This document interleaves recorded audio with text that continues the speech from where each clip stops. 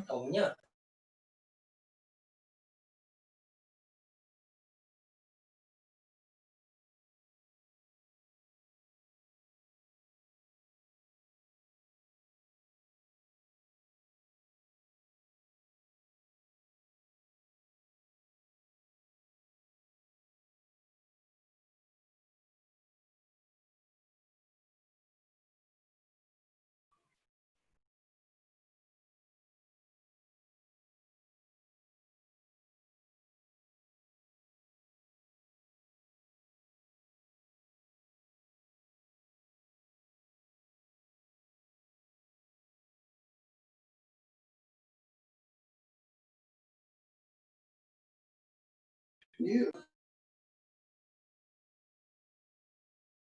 Ada.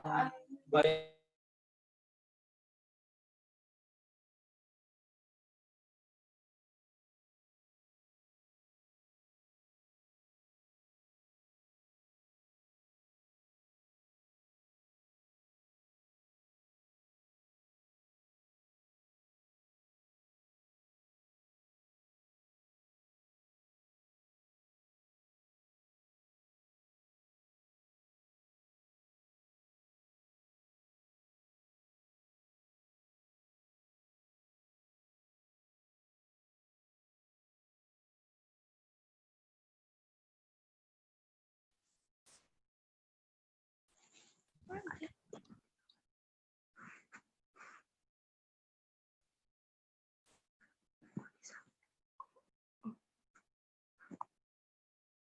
Tadi bisa nggak? Oh, nggak bisa ada. Terus ini di sini nih.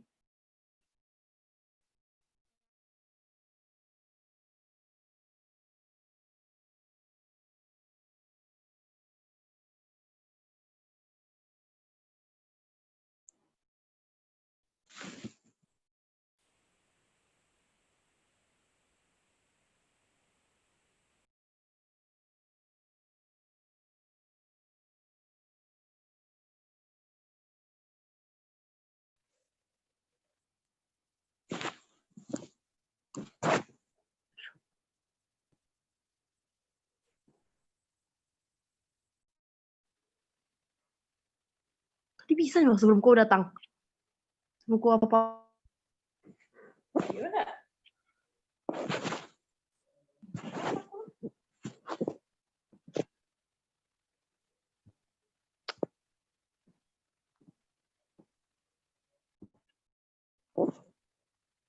Nggak ulang lagi. Dulu. Buat doang.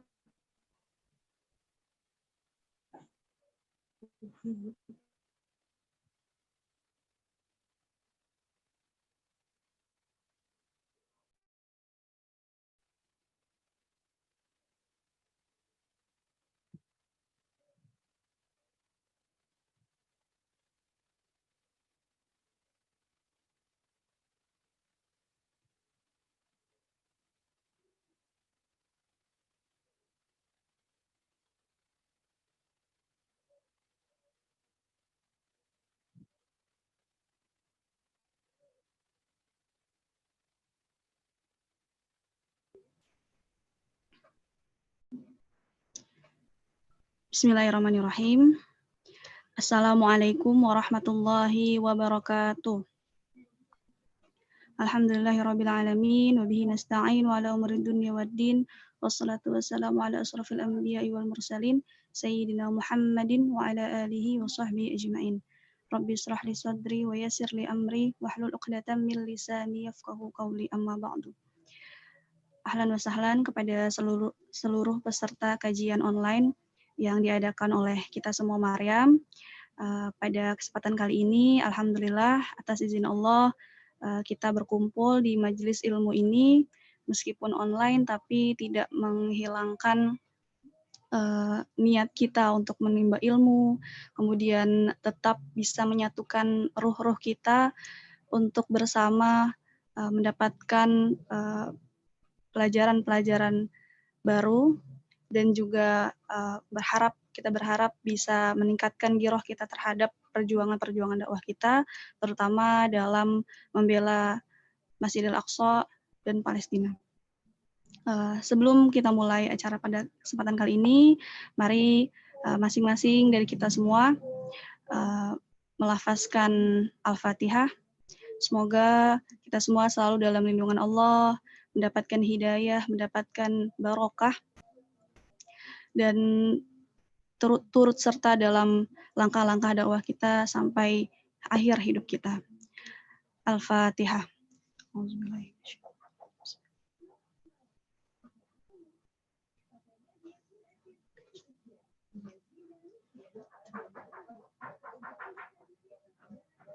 Amin ya rabbal alamin. Oke, terima kasih teman-teman semua yang sudah bergabung bersama kita semua Maryam pada kajian online pada malam hari ini. Mungkin sedikit perkenalan, karena kita semua Maryam ini adalah sebuah yayasan yang baru sebenarnya, yang insya Allah sama-sama NGO kepalestinaan yang mensupport berbagai macam program untuk saudara-saudara kita di Masjidil Aqsa, di Al-Quds, di Palestina. Sedikit perkenalan dari kami sebelum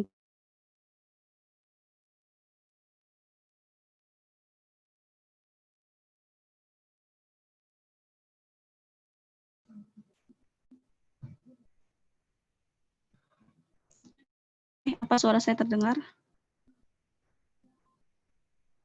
Ya, boleh next.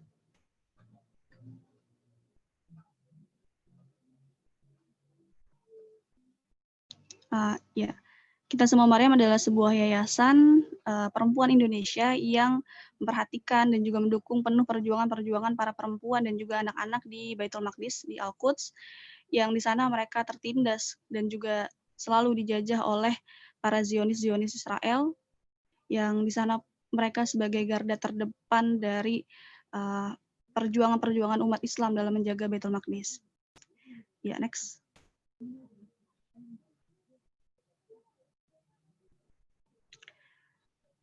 Pada mulanya kita semua Maryam adalah sebuah kampanye global yang hashtagnya itu adalah dulu We All or Maryam atau Kuluna Maryam dalam bahasa Arab, yang diadakan oleh UKEA Turki. Nah, dari kampanye tersebut di bulan Juli 2019 akhirnya kita semua Maryam ini menjadi sebuah komunitas, dan pada 2020 ini insya Allah, alhamdulillah sudah resmi menjadi sebuah yayasan yang bergerak di bidang sosial dan juga amal untuk mendukung penuh perjuangan penduduk Palestina, terutama di Al-Quds dan Al-Aqsa. Next.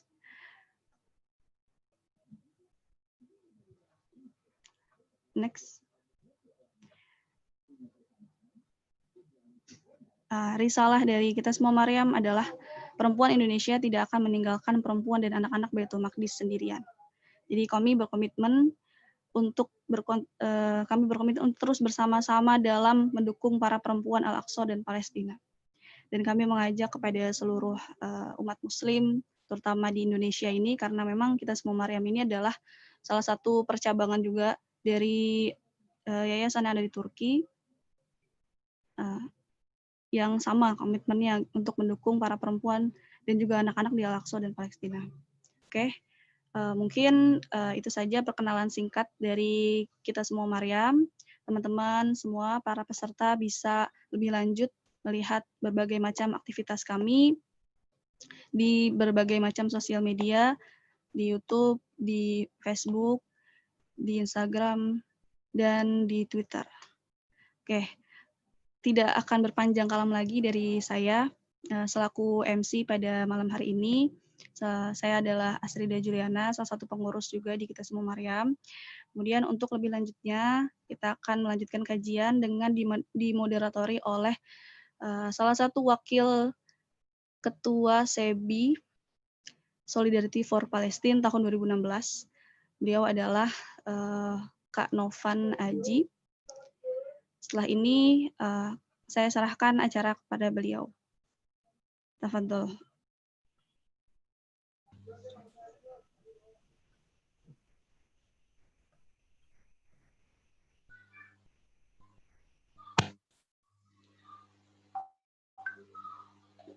Baik, terima kasih buat Mbak Asrida Juliana yang sudah memperkenankan saya untuk mulai ya.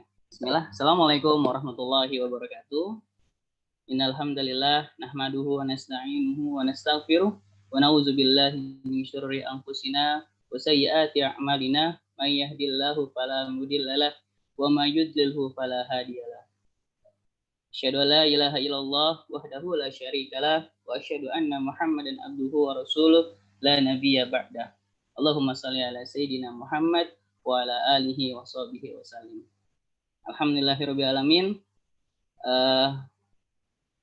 Segala puji bagi Allah yang telah memberikan kita nikmat serta hidayah dan juga karunia-Nya sehingga kita hari ini bisa berkumpul dan menyaksikan kajian Palestina pada malam hari ini. Dan juga tak lupa kita curah limpahkan salawat dan salam kepada Nabi kita, suri tauladan kita, dan juga junjungan kita Nabi Muhammad SAW beserta seluruh keluarga, seluruh sahabat, dan seluruh pengikutnya hingga akhir zaman. Semoga kita kelak yang hadir pada malam hari ini menjadi salah satu umatnya yang akan beliau berikan syafaat di akhirat nanti. Baik teman-teman dan sobat KSM dimanapun berada, mohon izin untuk memperkenalkan diri. Nama saya Novan Aji Maris Arfi, dan insya Allah pada malam hari ini akan bertugas sebagai moderator yang akan membimbing jalannya kajian kita pada malam hari ini. Insya Allah tema kita pada malam hari ini adalah tentang ngapain sih kita mikirin Palestina. Ya. Terkadang ada pertanyaan dari teman-teman netizen ataupun di Instagram ya, ataupun di Twitter, di media sosial. Ngapain kita mikirin Palestina gitu? Padahal di negara kita masih banyak yang perlu kita pikirkan. Ada juga pertanyaan, ngapain kita capek-capek membantu Palestina? Padahal di negara kita pun banyak orang-orang yang juga butuh bantuan. Dan itu semua insya Allah akan dibahas pada malam hari ini. Ya, dan akan diberikan pencerahan lah insya Allah yang akan disampaikan oleh narasumber kita. Beliau adalah Ustadz Akmal Syafrial, ya, yang mungkin cukup familiar di antara teman-teman, ya. Tapi akan saya sampaikan profilnya sedikit. Beliau adalah Ustadz Akmal Syafrial. Beliau adalah penulis lepas blogger. Dan beliau juga pemerhati isu-isu pemikiran Islam. Beliau juga seorang sejarawan dan juga pelayan para dai, ya, Masya Allah.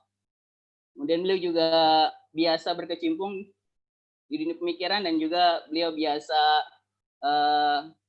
berinteraksi dengan orang-orang jil ya, atau orang-orang dengan pemikiran-pemikiran sepilis ya, dengan tanda kutip, yaitu sekuler, pluralis, liberalis, dan juga feminis. Ya. Beliau aktivis Indonesia Tanpa Jil dan juga beliau juga sebagai kepala sekolah di Sekolah Pemikiran Islam Pusat.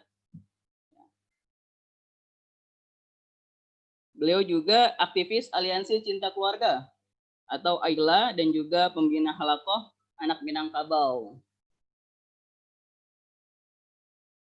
Beliau sudah menulis buku, yaitu buku Islam Liberal 101, Buya Hamka antara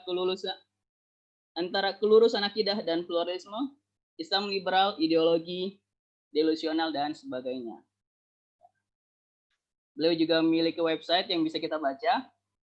Ada di malakmal.com dan juga Instagram malakmal, dan juga beliau juga punya podcast yaitu Malnutrisi.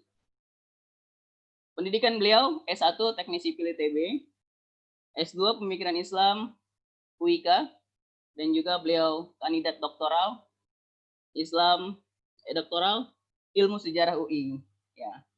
Tanpa memperpanjang kalam, ya, tampaknya sudah jam 8 dan juga beliau juga sudah bersama kita di sini.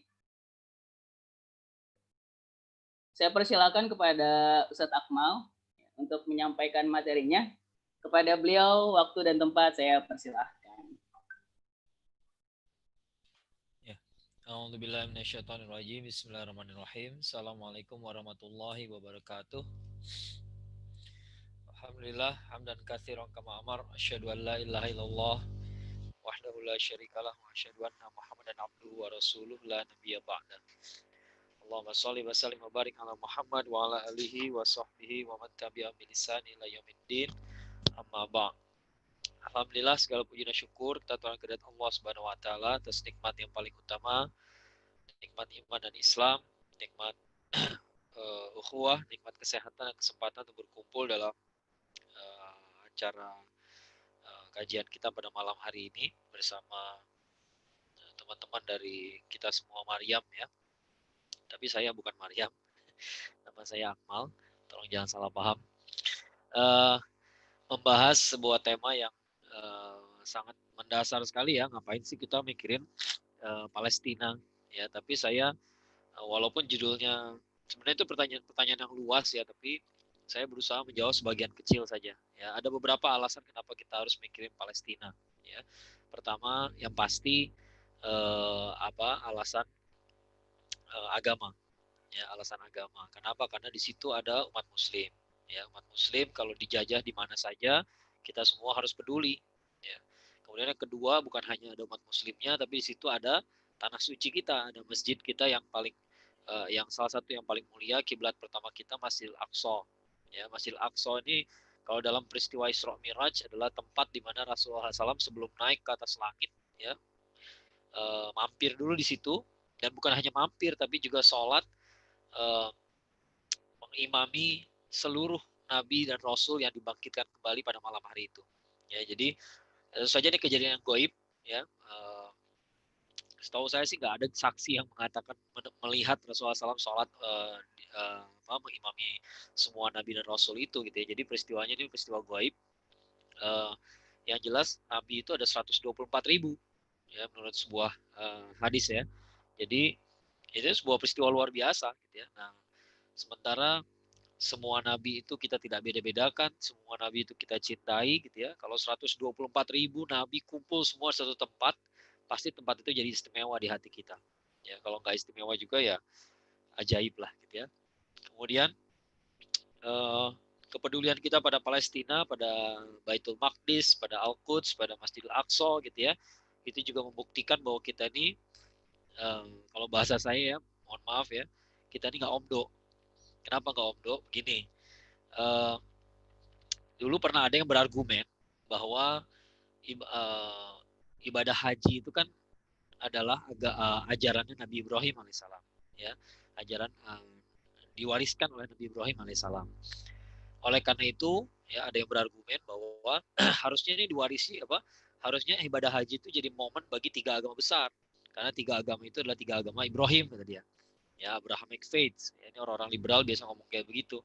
Jadi Nasrani, Yahudi, Islam itu semua bersaudara kata mereka. Ya, jadi harusnya damai di musim haji itu. Jadi naik haji semua tiga agama, barangkali imajinasi dia begitu gitu ya.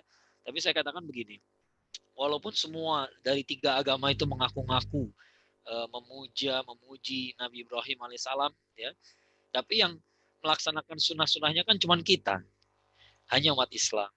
Ya, mereka tahu kok bahwa Nabi Ibrahim AS diperintahkan menyembelih anaknya sendiri ya, walaupun mereka bilang yang mau disembelih itu Ishak alaihissalam gitu ya.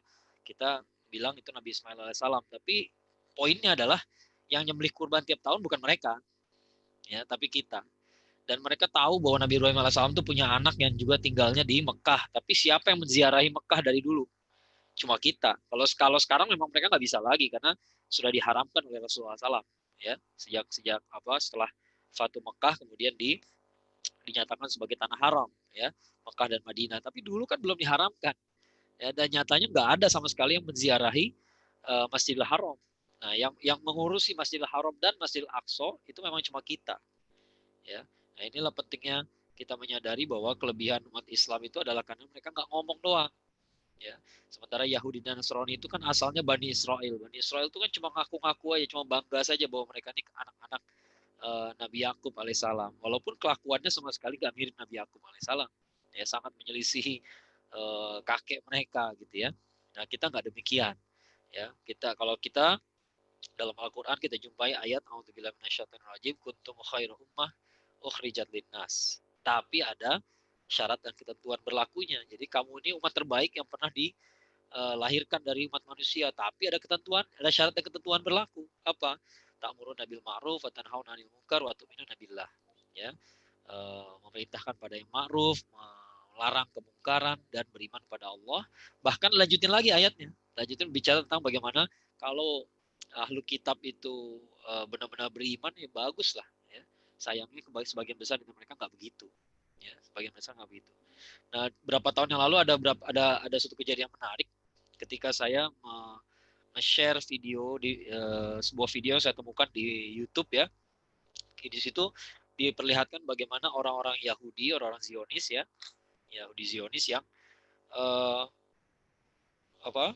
menerobos masuk ke kebun-kebun milik orang Kristen, orang Nasrani ya. Kemudian orang Nasrani itu sampai diludahin, dimaki-maki gitu ya. Tuhan mereka dihina-hina ya, Yesus diomongin macam-macam. Kan emang Nasrani dan Yahudi sebenarnya bermusuhan harusnya gitu ya. Harusnya bermusuhan. Kenapa? Karena dalam sejarah kita tahu bahwa yang mengadukan Nabi Isa alaihissalam kepada otoritas Romawi ya waktu itu adalah orang-orang Bani Israel, orang Yahudi ya. Jadi orang Yahudi itulah yang nggak suka sama Nabi Isa alaihissalam. Memang di masa-masa itu orang Bani Israel itu sudah sampai pada klimaks dosa-dosanya, yaitu membunuh para nabi. Nabi Zakaria alaihissalam dibunuh, Nabi Yahya alaihissalam dibunuh, dan terakhir Nabi Isa alaihissalam juga mau dibunuh ya. Tapi kita tahu itu gagal. Kalau orang Nasrani meyakini itu berhasil ya. Nah, jadi orang Yahudi itu orang Yahudi Zionis ini memaki-maki, menghina Yesus gitu ya. Dan itu terekam video ya. Lalu saya share di Facebook. Lucunya nggak berapa lama kemudian videonya hilang dan saya disuspend. Kenapa? Karena menyebarkan kebencian ya. Jadi sebenarnya pembelaan kita yang nggak habis-habis pada Palestina, sekali lagi poin saya adalah itu membuktikan bahwa kita ini nggak cuma bicara saja ya, kita nggak cuma bicara saja. Sementara teman-teman kita yang Nasrani ini banyak yang salah paham. Mereka kira di Palestina itu yang dizolimi cuma umat Islam doang. Enggak, mereka juga ya. Tapi nggak tahu kenapa di luar Palestina orang Nasrani nggak terlalu semangat membela atau melawan otoritas Zionis gitu ya, penjajahnya ya. Ya mungkin karena informasi dikuasai sama orang-orang Yahudi barangkali ya, Allah alam bisawab ya. Tapi kalau yang Kristen yang dari Palestinanya sih banyak yang sadar ya, kayak yang kita kenal misalnya ada yang sangat melawan pada orientalisme, misalnya Edward Said ya. Edward Said itu Kristen ya, Kristen Palestina ya, dan dia sangat menentang orientalisme, menentang penjajahan tentu saja di Palestina ya. Itu negeri mereka juga ya. Dan Masjidil Aqsa itu juga mereka anggap sebagai tempat suci mereka. Jadi mereka juga korban kezoliman. Tapi anehnya ya di seluruh dunia yang konsisten melawan penjajahan di Palestina ya umat Islam saja ya. Jadi ada beberapa argumen kenapa kita harus mikirin Palestina. Dan argumen yang terakhir yang mungkin yang ingin saya perdalam malam ini, yaitu argumen sejarah. Argumen sejarah. Di sini saya ingin menunjukkan bahwa kenapa sih kita harus mikirin Palestina? Karena kita Indonesia. Ya, karena kita orang Indonesia. Ya, kalau Anda nggak mikirin orang, karena kita ini terikat dengan sejarah kita ya, dengan Palestina.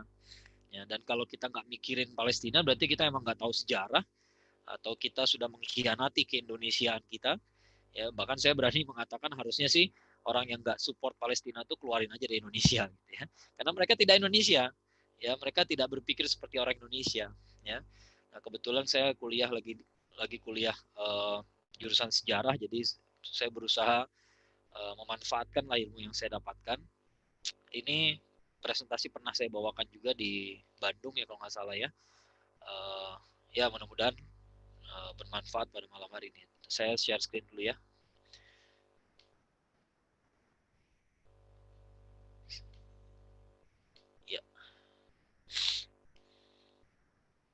Judul presentasi saya adalah Palestina dalam Lintasan Sejarah Indonesia.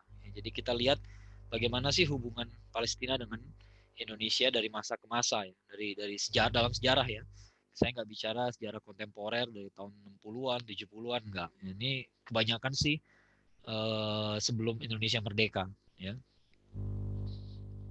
Nah, perlu diketahui bahwa masalah Palestina itu sangat berkaitan erat dengan dendam perang salib, ya, pasti berkaitan erat dengan perang salib. Nah, selain bermotif agama, perang salib juga merupakan pertarungan dominasi jalur perdagangan. Ya, jalur perdagangan dari Asia Timur sampai ke Timur Tengah lewat Laut Merah, sedangkan dari Cina melalui Teluk Persia. Nah, Eropa berusaha merebut Timur Tengah, ya, dari wilayah Syam itu supaya bisa menghubungkan jalur Laut Tengah dengan Laut Merah dan Teluk Persia. Ya, coba kita lihat itu ada Laut Merah. Laut Merah itu antara Saudi Arabia dengan Ethiopia. Ya, nah itu tuh laut Merah ya. Kemudian Laut Tengah itu yang antara Eropa dengan Afrika. Ya, Eropa, Afrika dan Syam ya. Kalau Teluk Persia pastinya yang antara apa tuh? Antara daerah Arab dengan daerah Iran ya. Jadi Teluk Persia gitu ya. Nah, kita lihat dekat sekali antara Laut Merah dengan Laut Tengah gitu ya. Jadi kalau siapapun yang bisa menguasai Syam, maka mereka bisa menguasai jalur perdagangan yang sangat efektif sekali. Ya, jadi kalau dari Eropa mau dagang ke arah Ethiopia atau ke arah Asia gitu ya, itu mereka bisa bisa berhenti aja di Syam, kemudian barangnya dibawa lewat darat, naik lagi laut ke masuk ke Laut Merah, ya, dagang lah mereka sampai ke India kalau perlu. Ya, dulu paling jauh dikenal India. Ya. Nah, kegagalan Eropa menguasai Timur Tengah mendorong mereka mencari jalur lain, menyusuri sisi barat dan selatan Afrika sampai tiba di Asia Timur. Sisi barat, jadi Maroko, Senegal, Mauritania gitu ya, sampai ke bawah. Jadi mereka menyusuri Afrika. Terpaksa mereka menyusuri Afrika karena nggak bisa masuk ke Syam. Ya, ini gara-gara perang salib, gara-gara Salahuddin Al-Ayyubi berhasil mengembalikan Al-Quds ya dari kekuasaan bangsa Eropa. Jadi kita harus kita ketahui bahwa dendam perang salib itu motifnya bukan hanya agama, ya, tapi juga masalah perdagangan. Ya. Nah, gara-gara mereka kalah di perang salib, tidak berhasil merebut Palestina dulu, ya, akhirnya mereka harus menyusuri Afrika terus karena gitu ya, terus baru ke bawah, nyusuri ke atas lagi, baru sampai ke India. Jauh sekali, ya. Kebayang nggak kalau mereka bisa menguasai Syam, ya, itu mudah sekali. Tinggal nyebrang dari Yunani atau dari Romawi gitu ya, misalnya ke Mesir, ya, atau ke Palestina, habis itu nyambung lagi di kapal, lewatin Laut Merah, udah cepet sekali sampai ke India. Ya. Nah, yang pertama kali berhasil melakukan perjalanan yang mengelilingi Afrika gitu ya, sampai ke India, sampai ke Asia Tenggara, termasuk ke negara kita adalah Portugis. Nah, sejak Portugis berhasil itu dimulailah kolonialisme Barat di wilayah Asia Timur. Ya, itu singkatnya demikian. Jadi ada dendam yang sangat sangat membara gitu di kalangan masyarakat Eropa, dan mereka tuh trauma sekali gitu dengan kekalahan perang salib. Jadi perang salib itu masih menjadi momen yang sangat emosional buat mereka, ya. Makanya ada cerita bagaimana ketika berhasil menguasai Palestina, lalu ada seorang jenderal dari Inggris yang datang cuma untuk nginjek makam Salahuddin Al-Ayyubi, ya, karena dendamnya itu membara luar biasa. Ya. Saya minum jahe dulu. Ya. Nah, Palestina dan nasionalisme Indonesia ya. Maaf sebentar. Ya. Palestina dan nasionalisme Indonesia. Sekarang ini sering dibentur-benturkan. Ya, kalau negara kita kan masih banyak masalah, ngapain mikirin Palestina gitu ya. Nah, perlu diketahui sebelum Indonesia ada, bapak-bapak bangsa kita ini udah mikirin Palestina. Ya, tahun 1930 Young Islamitan Bond itu adalah sebuah organisasi yang didirikan oleh petinggi Young Java.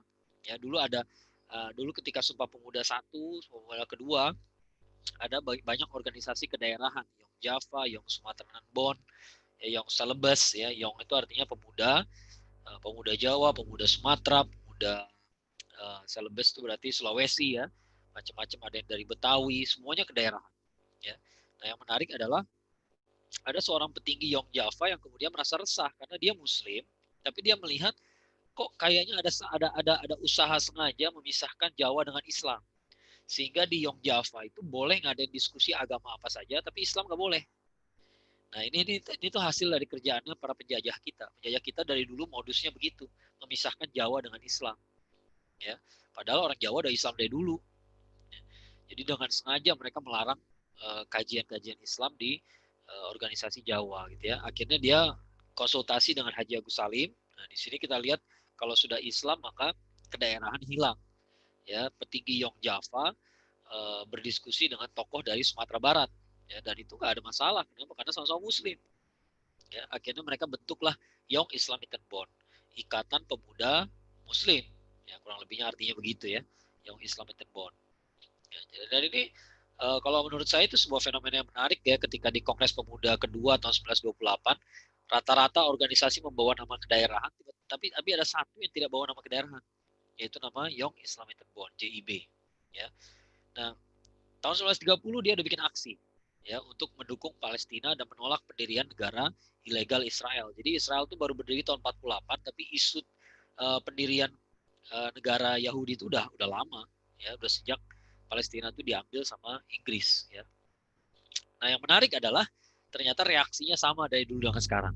Jadi JIB sempat mendapat cibiran dari sebagian pihak yang menganggap bahwa JIB itu tidak nasionalis, terlalu sibuk mengurus kepentingan negara lain dan sebagainya. Ya, dari dulu kayak begitu, kayak modusnya gitu ya. Jadi kalau kita ngurusin sesuatu, ya, lalu kita dianggap nggak peduli sama hal yang lain. Padahal banyak masalah dalam hidup kita dan kita masing-masing perlu diurusin. Ya, jadi kalau kita ngurusin pengungsi Rohingya misalnya gitu ya, bukan berarti kita nggak pernah ngurusin korban musibah di Indonesia misalnya. Ya, padahal kenyataannya teman-teman lihat sendiri bahwa yang ngurusin Palestina adalah yang itu juga yang ngurusin Rohingya, adalah yang itu juga yang ngurusin Suriah, itu juga yang ngurusin umat yang lain gitu ya. Ya, bahkan termasuk di Indonesia juga ya, dia juga. Dan yang nyinyir kayak begini biasanya adalah yang tidak membantu di sini, tidak membantu di sana ya. Jadi ya itulah sifat manusia gitu ya. Ada orang yang cuma bisa komen doang gitu ya. Saya rasa dari waktu kita sekolah pun kita bisa lihat orang-orang kayak begitu ya, yang kalau soal komen itu paling cepat, paling hebat gitu ya, tapi di lapangan nggak pernah kelihatan ya.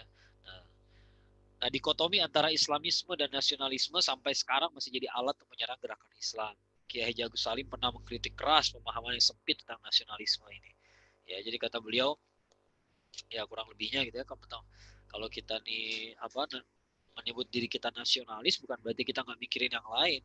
Ya, sila ketiga persatuan Indonesia bukan berarti kita nggak peduli sama yang lain.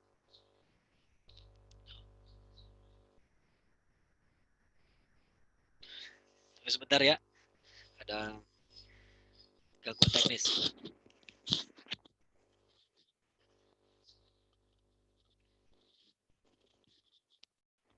Ya, ini dari dulu sudah dikritisi, tapi ya sampai sekarang masih terjadi juga gitu ya. Seolah-olah kalau kita peduli sama Palestina, kita jadi lalai dengan urusan Indonesia gitu ya. Padahal ya seperti saya bilang tadi ya, dalam hidup kita biasa menemukan fenomena lu lagi ya. Memang dia lagi kepedulian itu inherent ya. Kepedulian itu inherent dalam diri manusia. Kalau dia nggak punya kepedulian, ya nggak akan peduli aja ya. Sebaliknya kalau dia memang orang yang peduli, dia akan muncul di mana-mana gitu. Ya, kenapa? Karena ya ada kesadaran dalam hati gitu ya, dan hati itu penggerak manusia ya. Dan itu ciri khas orang Islam memang harusnya gitu ya. Ciri khas kita seperti saya bilang tadi, kita ini nggak omdo ya, kita ini khair ummah, tapi ada syarat dan ketentuan berlaku. Dan kalau kita nggak memenuhi syarat dan ketentuan tersebut, ya kita nggak bisa mengaku sebagai khair ummah. Nah, tahun 1938 ada perkembangan lain, yaitu terjadi Kongres Al-Islam. Ya, tulisannya seperti ini, Kongres ya. Kongres Al-Islam ini apa sih? Kongres Al-Islam itu diselenggarakan di Surabaya tahun 1938, dihadiri 25 organisasi Islam, antara lain NU, Muhammadiyah, Young Islamiten Bond, Al-Irsyad, Partai Arab Indonesia, dan sebagainya. Salah satu poin keputusannya adalah tentang persoalan bangsa Palestina. Ya. Jadi dari dulu memang sudah kepedulian terhadap Palestina itu sudah menjadi sudah menjadi ciri khasnya bangsa Indonesia sebelum Indonesia ada. Ya, sebelum Indonesia ada. Indonesia tuh sudah diimpikan dari tahun 1928 sejak Sumpah Pemuda kan mereka sudah menyebut bangsa kita bangsa Indonesia gitu ya. Tanah air kita tanah air Indonesia, bahasa kita bahasa Indonesia. Indonesia itu udah ada dalam imajinasi kita ya sebelum dia benar-benar diproklamasikan. Proklamasinya masih 17 tahun lagi ya tahun 45 ya. Tapi Indonesia itu sudah ada di kepala ya. Makanya seorang seorang cendekiawan dari barat itu mengatakan bahwa bangsa itu adalah komunitas yang bisa diimajinasikan. Ya, jadi ketika masyarakat itu sudah berimajinasi bahwa mereka satu bangsa, maka jadilah mereka satu bangsa. Kalau mereka nggak sepakat sebagai satu bangsa, ya nggak jadi. Ya, kalau mereka nggak sepakat, ya bubar. Ya, tapi kalau mereka sepakat dalam imajinasi mereka kita adalah satu umat, satu bangsa, maka dia jadi satu bangsa. Ya, nah, satu bangsa itu nggak mesti satu ras, nggak mesti satu warna kulit, gitu ya. Tapi pada imajinasi kita. Ya.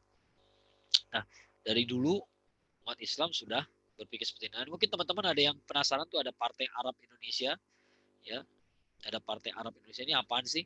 Jadi tahun 1928 kan terjadi Kongres Pemuda, Kongres Pemuda kedua ya, yang menghasilkan Sumpah Pemuda. Tahun 1934, 6 tahun kemudian, yang terjadi apa? Yang terjadi adalah terjadi Sumpah Pemuda lagi. Sumpah Pemuda siapa? Sumpah Pemuda keturunan Arab. Ya, ini juga suatu suatu tonggak sejarah yang banyak orang nggak tahu bahwa Sumpah Pemuda terjadi tahun 1934 yaitu Sumpah Pemuda keturunan Arab. Ya. Siapa sih mereka ini? Salah satu tokohnya adalah Pak A.R. Baswedan, ya, Abdul Rashid Baswedan. Abdul Rahman ya. Nah, 1934 itu signifikansinya apa sih? Begini loh. Dulu Belanda itu ketika menjajah Indonesia, mereka menerapkan politik politik segmentasi gitu ya. Jadi masyarakat Hindia Belanda itu dibagi-bagi harkat martabatnya gitu ya. Yang pertama paling tinggi pasti mereka sendiri ya orang Belanda. Yang kedua Eropa non Belanda. Ya, Eropa non Belanda. Yang di bawahnya lagi adalah keturunan Cina, ya, yang ke bawahnya lagi keturunan Arab. Yang terakhir paling bawah pribumi, ya. Jadi ada orang Belanda, Eropa non Belanda, keturunan Cina, keturunan Arab dan pribumi. Pribumi paling rendah, ya. Arab itu masih diistimewakan. Ya, Arab itu lebih diistimewakan daripada pribumi. Nah, yang menariknya adalah ketika 1928 terjadi Sumpah Pemuda, Sumpah Pemuda ini konsekuensinya serius bagi pemerintah Belanda ya. Kenapa? Karena kok bisa-bisanya warga pribumi udah mencanangkan tekad bahwa harus ada negara Indonesia. Ya, padahal mereka punya negara Hindia Belanda, ya, negara boneka. Tapi orang Indonesia, pemuda Indonesia rupanya ngotot harus ada Indonesia, ya, harus merdeka suatu saat gitu ya. Jadi berbahaya sekali. Nah, begitu setelah selesai Kongres Pemuda, maka terjadilah hambatan-hambatan kepada organisasi-organisasi yang baru lahir. Jadi kalau ada orang mendirikan organisasi baru langsung dicurigai mau ngapain nih, ya, sama Belanda dicurigainya gitu ya. Nah, tapi yang menarik adalah orang Arab pada saat itu keturunan Arab ya, keturunan Arab walaupun mereka dapat posisi istimewa kan di atas pribumi mereka posisinya gitu ya. Nah, ternyata mereka malah memilih membuat Sumpah Pemuda keturunan Arab. Ya, dalam Sumpah Pemuda itu mereka menyatakan bahwa tanah air kami Arab juga. Tanah air kami dari Indonesia. Ya, walaupun kami nggak bisa menyangkal kami adalah keturunan Arab. Ya, tapi kami ini bangsa Indonesia, kami akan berjuang bersama untuk membela Indonesia. Itu suatu konsekuensinya serius sekali. Ya, dan kemudian dalam kongres itu mereka mendirikan Partai Arab Indonesia. Ya, jadi mereka keturunan Arab itu nggak bisa dibantah, ya, nggak bisa dibantah. Ada jelas sejarahnya ada gitu ya. Dan keturunan Arab, apalagi yang Habaib Syarifah ini kan punya garis keturunan yang jelas yang tercatat gitu ya. Tapi mereka menyatakan bahwa kami juga orang Indonesia. Ya, kami udah lama di Indonesia, beranak pinak, beranak cucu gitu ya. Nggak mungkin kami menyebut diri kami orang lain gitu ya. Ya, bahkan kalau kata Buya Hamka, Pak A.R. Baswedan itu kalau kita ngomong sama dia nggak kayak orang Jawa, ya, lebih kencang Surabayanya, ya, lebih kencang logat Surabayanya karena sudah lama, ya, sudah lama sekali di Indonesia. Jadi dari sini kita bisa lihat bukti bahwa memang itulah sebabnya kenapa para akademisi Barat gitu ya semua mengatakan bahwa salah satu penyebab ya lahirnya perjuangan kemerdekaan Indonesia adalah Islam. Ya, karena Islam itulah bisa menyatukan mereka. Ya, sehingga keturunan Arab pun bisa merasa Indonesia. Ya, itu bukan karena keindonesiaan, tapi karena ukhuwah tadi. Ya, karena sudah merasa menyatu dengan bangsa Indonesia yang mayoritasnya Muslim. Ya. Nah, dari Kongres Islam tahun 1938 ini, salah satu poin keputusannya adalah tentang persoalan bangsa Palestina. Ya. Keputusan seputar Palestina adalah, nah, dulu ada, sebelum ada Masyumi, ada MIAI, namanya Majelis Islam A'la Indonesia. Ya, Majelis Islam Tinggi Indonesia gitu ya. Dalam kongres ini mereka meminta supaya MIAI mengajak seluruh umat muslim pada 15 April 1938 membaca doa kunut nazilah untuk Palestina. Ya, pada hari yang sama, nggak perlu ngumpul, tapi pada hari yang sama semuanya harus baca doa kunut nazilah untuk Palestina. Ya. Yang kedua, menyeru pada umat muslim menggalang bantuan dana, dan tiga, meminta MIAI menyampaikan aspirasi agar Inggris membatalkan keputusannya membagi 3 wilayah Palestina. Ya, waktu dulu Inggris punya kebijakan seperti itu, gitu ya, bagi 3 wilayah Palestina. Ini semua terjadi 7 tahun sebelum Indonesia merdeka, ya, tahun 1938. Jadi jangan bilang kenapa Anda ngurusin Palestina padahal Indonesia masih banyak masalah. Ini nih masalahnya besar. Tahun 1938 tuh Indonesia belum ada, ya. Ya, masalahnya adalah bagaimana mendirikan Indonesia, itu masalah besar. Ya, bagaimana caranya kita nih bisa menjadi sebuah bangsa yang merdeka, itu masalah besar. Tapi di tengah-tengah masalah besar itu kita sempat mikirin Palestina. Ya, jadi kalau sekarang yang terjadi adalah sebaliknya, ya memalukan sebenarnya. Kita sudah merdeka, kita sudah berdaulat, kita sudah punya ini itu gitu ya. Tapi ternyata kita malah nggak punya kesempatan mikirin Palestina, ya sebenarnya kufur nikmat banget lah gitu ya. Kita lanjutkan.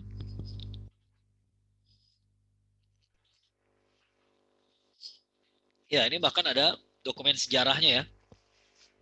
Ada Pak Kiai Haji Saifuddin Zuhri. Beliau pernah menulis ya, para ulama, khatib-khatib, mubalik-mubalik, demikian pula dalam pesantren-pesantren dan pengajian-pengajian majelis taklim diwiridkan gerakan kunut nazilah untuk perjuangan kemerdekaan Palestina, terutama untuk melindungi kesucian Masjidil Aqsa. Jaksa Agung Hindia Belanda tahun 1939 telah melarang Nahdlatul Ulama yang diketahui pemerintah telah menggerakkan aksi solidaritas Palestina. Pimpinan Ansor telah meminta kepada Presiden Soekarno agar diperkenankan membentuk resimen sukarela untuk dikirim ke Palestina tahun 64. Ya, ini Kiai Saifuddin Zuhri menjelaskan sejarah bagaimana Nahdlatul Ulama sangat peduli dengan Palestina, ya, sangat peduli dengan masalah Palestina. Bahkan sampai kalau kita kenal sekarang ada GP Ansor gitu ya, dari dulu Ansor udah ada, dan Ansor tuh malah minta diperkenalkan bentuk resimen sukarela untuk dikirim ke Palestina tahun 64. 64 itu berarti zaman demokrasi terpimpin, ya. Ketika PKI lagi sangat berkuasa di Indonesia, ya, GP Ansor sudah siap dikirim ke Palestina, tuh Masya Allah gitu ya. Mudah-mudahan terulang lagi. Ya. Ini ada dokumen bagaimana seruan yang dibuat oleh saudara-saudara kita dari NU ya. Kalau kita baca, selain sembahyang subuh, maka tidak usah didahului oleh doa Allahumma hdini, ya. Tapi harus terus dibaca saja doa di atas doa ini sebelahnya. Lebih terang mintalah keterangan pada pengurus NU. NU itu Nahdlatul Ulama. Ulama dulu kan tulisannya OE ya, OE lama ya. Selain dari itu pula ya, HB ini Huf Bestur ya, apa sih, pengurus besar ya, bersedia menerima dermanya saudara-saudara untuk yatim dan janda Palestina. Hari ini 4 Desember 38 telah diterima dari saudara siapa nih ya, 30 gulden. Siapa lagi? Bagi saudara yang dekat kepada cabang Nahdlatul Ulama, supaya dermanya diserahkan kepada cabang Nahdlatul Ulama untuk disampaikan kepada Huf Bestur Nahdlatul Ulama. Perlihatkanlah saudara-saudara dan peri kemanusiaan saudara pada orang yang bernasib malang. Ya, ini kan bahasa orang zaman dulu ya, menarik sekali. Tahun 38 kepeduliannya ternyata udah kayak begini. Ya. Kemudian ada mufti, ya, mufti dari Palestina berfoto bersama tokoh-tokoh Islam, tokoh-tokoh Indonesia.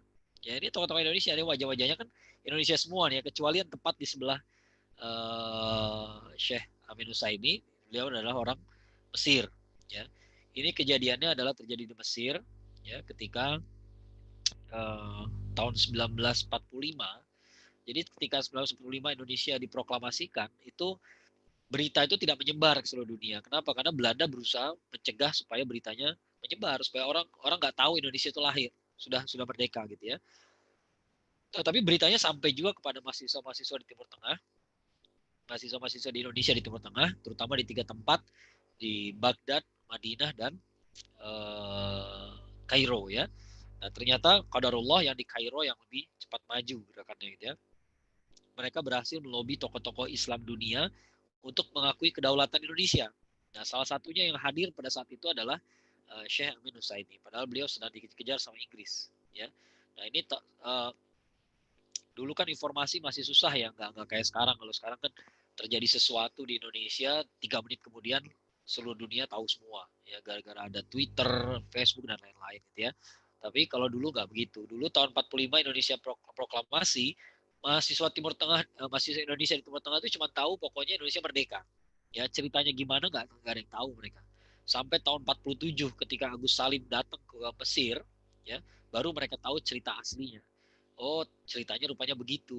Ya, tadinya mereka taunya, mereka kiranya tuh ada uh, mereka mengarang cerita, bahkan bukan mengira ya, mereka mengarang cerita bahwa proklamasinya terjadi di lapangan Ikada, dan kemudian terjadi bentrokan senjata antara Indonesia dengan Jepang dan sebagainya gitu ya. Nah ya karena mereka perlu cerita gitu ya untuk supaya orang tahu bahwa Indonesia sudah merdeka. Ya, zaman dulu detail-detail kayak begitu nggak ketahuan. Ya.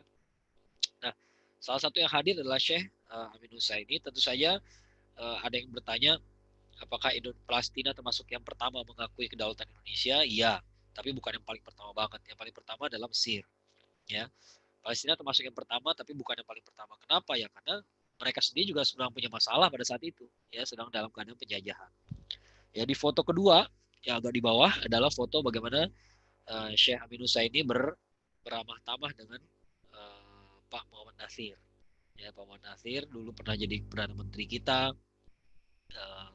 tokoh masyumi dan juga tokoh dari Dewan Dakwah Islamiyah Indonesia. Ya, lihat saja kita bisa lihat bagaimana eratnya hubungan di antara mereka, gitu ya. Dan kita bisa dan adalah satu tokoh lagi yang lebih merekatkan lagi, ya, lebih merekatkan lagi hubungan antara Indonesia dengan Palestina, ya, yaitu Kiai Haji Abdul Kahar Muzakir.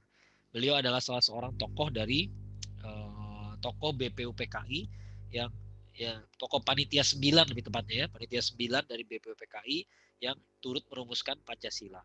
Ya. Siapakah Kiai Haji Abdul Kahar Muzakir? Ini orang luar biasa hebat ya. Sayangnya banyak yang nggak kenal. Beda ya Abdul Kahar Muzakir dengan Abdul Kahar Muzakar itu beda ya. Kahar Muzakar itu lain lagi. Kalau itu yang dari Sulawesi Selatan. Ya, kalau ini bukan. Ini beliau adalah salah seorang cendekiawan Muslim yang menimba ilmu di Mesir pada masa mudanya. Ya, beliau backgroundnya adalah Muhammadiyah. Beliau juga dikenal karena aktivitasnya dalam penerbitan majalah-majalah Indonesia saat masih berstatus sebagai mahasiswa Mesir. Beliau juga salah seorang perumus piagam Jakarta. Waktu di Mesir, Kahar bersahabat dengan Said Kutub. Nah, kita lihat sejarah Indonesia sekarang udah kacau balau. Ya, sekarang kalau udah bicara Said Kutub, teroris, radikal gitu ya. Padahal Buya Hamka pernah bilang bahwa tafsir yang paling berpengaruh pada tafsir Al-Azhar adalah tafsir fi Zilalil Quran. Ya, kemudian tadi apa namanya? Delegasi mahasiswa-mahasiswa Indonesia di Timur Tengah di Kairo yang dulu melobi supaya tokoh-tokoh dunia Islam ini mengakui Indonesia, ya. Kalau tadi saya perlihatkan fotonya, foto Syekh Amin Nusaini yang banyak beredar juga adalah bagaimana keterlibatan aktif dari pendiri Ikhwanul Muslimin sendiri, yaitu Hasan Al-Banna, ya, pada saat itu. Ya. Kemudian ketika Al-Ikhwan itu sendiri dibubarkan, ya, ketika waktu itu belum dibubarkan ya, tapi dipersekusi lah anggota-anggotanya waktu itu ya, dengan kematiannya Hasan Al-Banna. Waktu itu yang protes siapa? Yang protes di Indonesia adalah Kiai Haji Wahid Hasyim. Ya, jadi pemimpin NU. Ya, jadi sebenarnya hubungan kita itu sudah sangat erat dengan seluruh dunia Islam. Ya, tapi karena kita nggak mengenal sejarah, sekarang ini akhirnya kita dipecah belah. Ya, kita dipecah belah. Kalau peduli Palestina berarti teroris, kalau peduli sama apa, kalau simpati sama Al-Ikhwan berarti teroris segala macam. Padahal dari dulu itu semua udah jadi bagian dari apa, dari kehidupan kita semua gitu ya. Tahun 31 Kahar Muzakar waktu itu lahir 1907 ya. 1931 umur berapa? Baru umur 24 tahun. Ya, masih muda sekali. Ya, lulusan kuliah apa, seumuran lulusan S1 lah kurang lebihnya. Ya, Kahar diminta oleh Mufti Palestina Syekh Amin Husseini yang tadi ya untuk menghadiri Muktamar Islam Internasional di Palestina. Kahar Muzakar usia 24 tahun diminta hadir mewakili Asia Tenggara. Ya, Masya Allah ya. Kenapa kok bisa satu orang nih mewakili Asia Tenggara? Karena yang ada cuma dia. Karena ada cuma Indonesia, sorry maksudnya gitu ya. Indonesia. Malaysia kan belum ada. Ya, Malaysia itu baru berdiri tahun 60-an.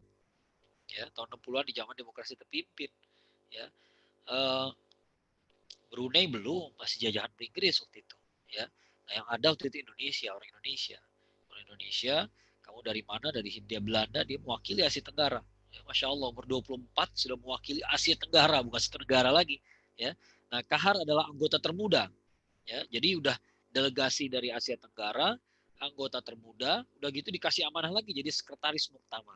Ya, jadi dimanapun pimpinan muktamar berada, beliau ada di sebelahnya.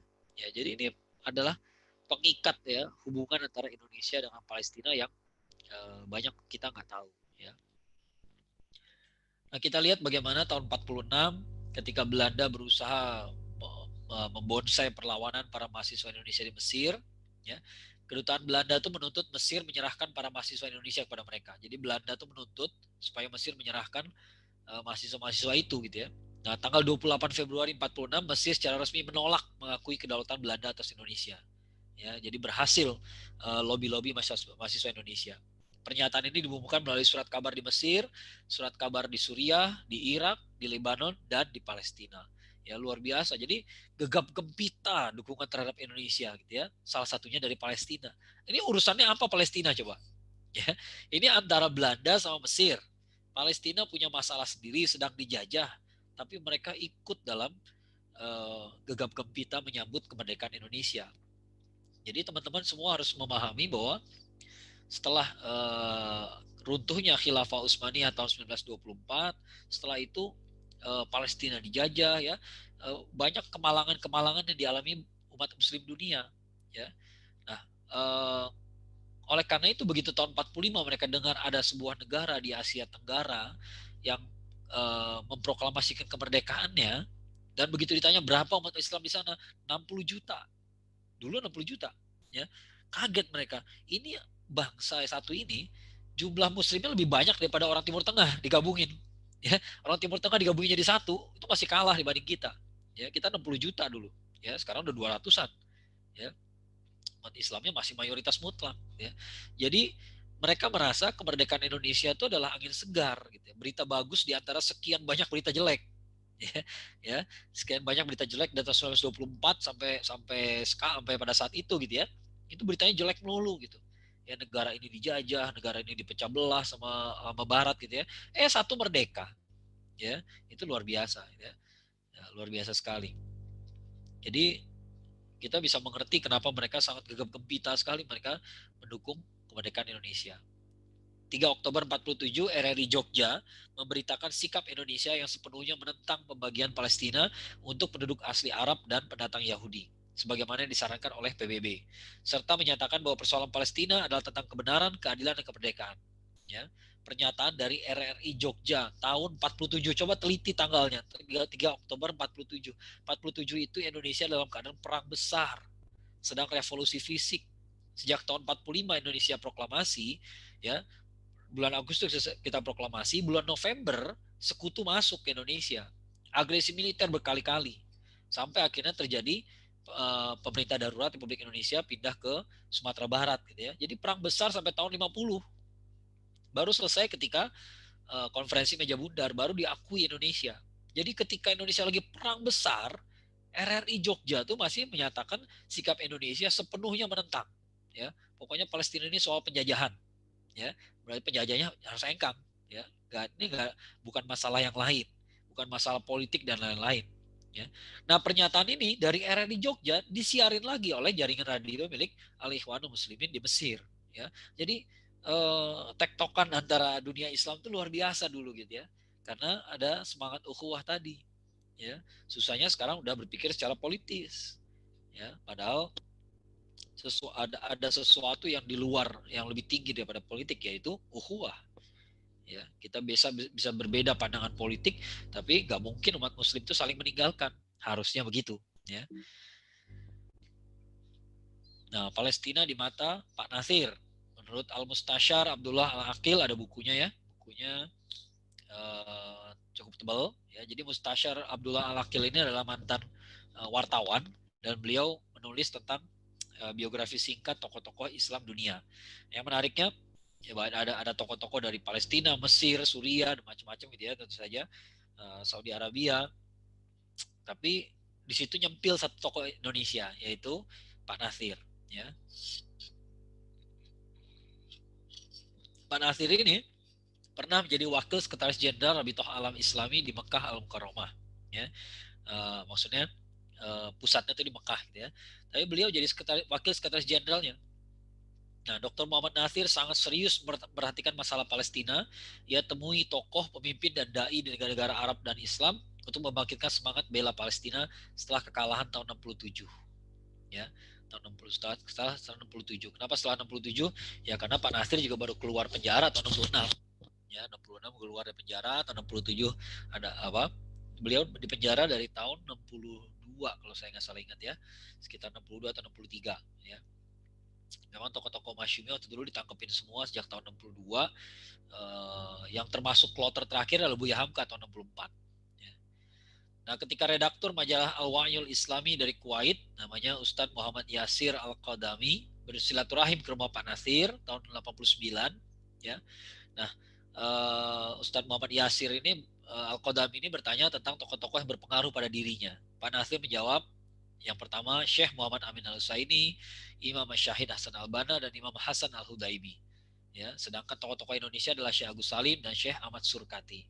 Ya, itu tokoh-tokoh yang mempengaruhi beliau. Lalu Pak Nasir pernah menulis begini, soal Palestina yang selama ini macet, hidup kembali dengan demonstrasi.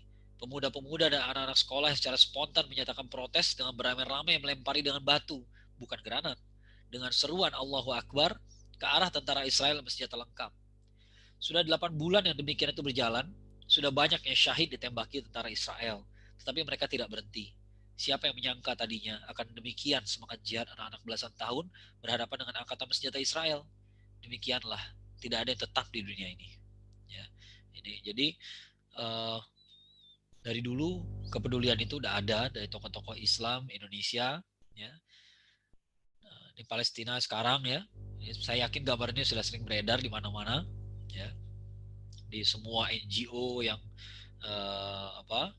peduli sama Palestina pasti pernah memperlihatkan gambar ini ya, dari tahun 46, 47, 67, dan 2000 ya. Nah, pertanyaannya terakhir, pertanyaan kita adalah ya sampai kapan? Ya, sampai kapan kita akan biarkan? Mungkin saya ingin menyimpulkan apa yang pertanyaan yang saya sampaikan tadi dari awal gitu ya. Yaitu kenapa sih kita harus mikirin Palestina? Argumen saya yang paling utama yang kita sampaikan tadi dari awal, ada beberapa ya, ada dalilnya segala macam gitu ya. Ada karena kita peduli Palestina karena di situ ada Masjid Al-Aqsa dan sebagainya ya. Tapi yang ingin saya dalami pada malam ini adalah argumen sejarah, bahwa kita ini peduli sama Palestina karena kita orang Indonesia, dan orang Indonesia tuh dari sebelum ada Indonesia kita udah peduli Palestina. Ya, dari saat kita masih susah, kita udah ngurusin Palestina. Dan Palestina pun saat mereka lagi susah, mereka udah dukung Indonesia. Nah, kalau orang Indonesia sekarang dalam keadaan lebih baik ya, lebih baik, sejelek-jeleknya negara kita punya negara nih sekarang. Ya, sejelek-jeleknya kita punya negara, negara kita ada gitu. Ya, kita masih berdaulat gitu ya. Tapi kalau dalam keadaan sudah enak kayak begini lalu kita tinggalkan Palestina begitu saja, kira-kira kita ini pantasnya disebut bangsa apa? Ya, apakah bangsa yang bermoral? Rasanya enggak. Apakah kita ini bangsa yang beradab? Jelas enggak. Bangsa yang kenal hutang budi? Enggak juga. Ya, memalukan sekali. Oleh karena itu saya berani mengatakan bahwa kita ini bela Palestina karena kita Indonesia, ya, dan yang nggak bela Palestina sebenarnya nggak pantas ada di Indonesia, ya. Mudah-mudahan bermanfaat. Saya coba sampai sini dulu. Saya kembalikan dulu pada moderator. Fadal.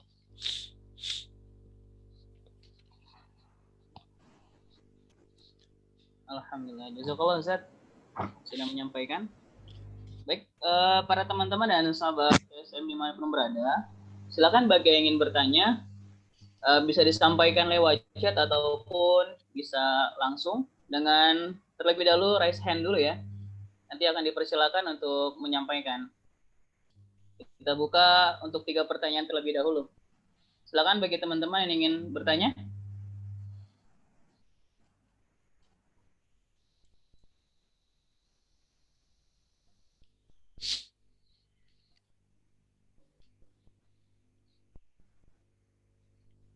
Baik, teman-teman ada? Kalau tidak ada, Ustaz, Anda boleh bertanya satu-satu, Ustaz. Kalau misal tadi Ustaz menyampaikan mengapa kita harus membela Palestina dalam sudut pandang sejarah, Ustaz ya. Jika kita bahas dalam sudut pandang agama kita, bagaimana, Ustaz? Kedudukan Palestina bagi agama kita, Ustaz. Ya, itu di awal sudah saya sampaikan walaupun cuma singkat ya, karena saya memang ingin memperdalam argumen sejarahnya ya. Tapi kalau dari segi agama, ada banyak alasan ya. Yang pertama alasan paling utama itu adalah umat Islam. Kenapa umat Islamnya, bukan Masjidil Aqsa-nya? Ya, karena Rasulullah SAW pernah mengatakan begini di depan Ka'bah ya. Ka'bah ini, kalau Ka'bah ini diganggu orang, maka seluruh umat Muslim akan membela. Ya. Padahal satu nyawa umat Muslim lebih mahal daripada kamu, daripada Ka'bah. Ya, itu prinsip kita gitu ya. Jadi jangankan Ka'bah gitu ya, jangankan Masjidil Aqsa, Ka'bah saja tidak lebih mahal daripada nyawa Muslim. Ya, oleh karena itu sebenarnya tuntutan agama kepada kita ini adalah kita harus bela umat kita dimanapun dia berada. Ya, dimanapun dia berada. Gak ada relevansinya dia mau di Palestina kayak di Korea kayak di mana gitu ya, tetap kita akan bela. Dalam hal ini negerinya memang negeri Islam, lalu kemudian dijajah, ya harus dibela. Ya, itu yang pertama. Ya, yang kedua di situ ada masjid kita, ada masjid kiblat pertama kita, walaupun udah nggak jadi kiblat lagi, tapi nggak ditinggalkan. Ya, nggak ditinggalkan. Dari situ tempat bersejarah di mana semua nabi pernah kumpul, walaupun cuma dalam satu malam. Ya, dan itu adalah pusaka warisannya Nabi Ibrahim alaihissalam. Ya, Nabi Ibrahim alaihissalam dan para nabi yang lain juga. Ya, jadi nggak mungkin kita meninggalkan begitu saja. Dia termasuk Masjidil Aqsa itu bahkan muncul dalam Al-Quran, itu sering dibahas sama orang lah gitu ya. Pasti kita akan membela, ya sudah pasti. Ya. Baik, Ustaz. Baik, tadi ada yang sudah raise hand. Silakan tadi.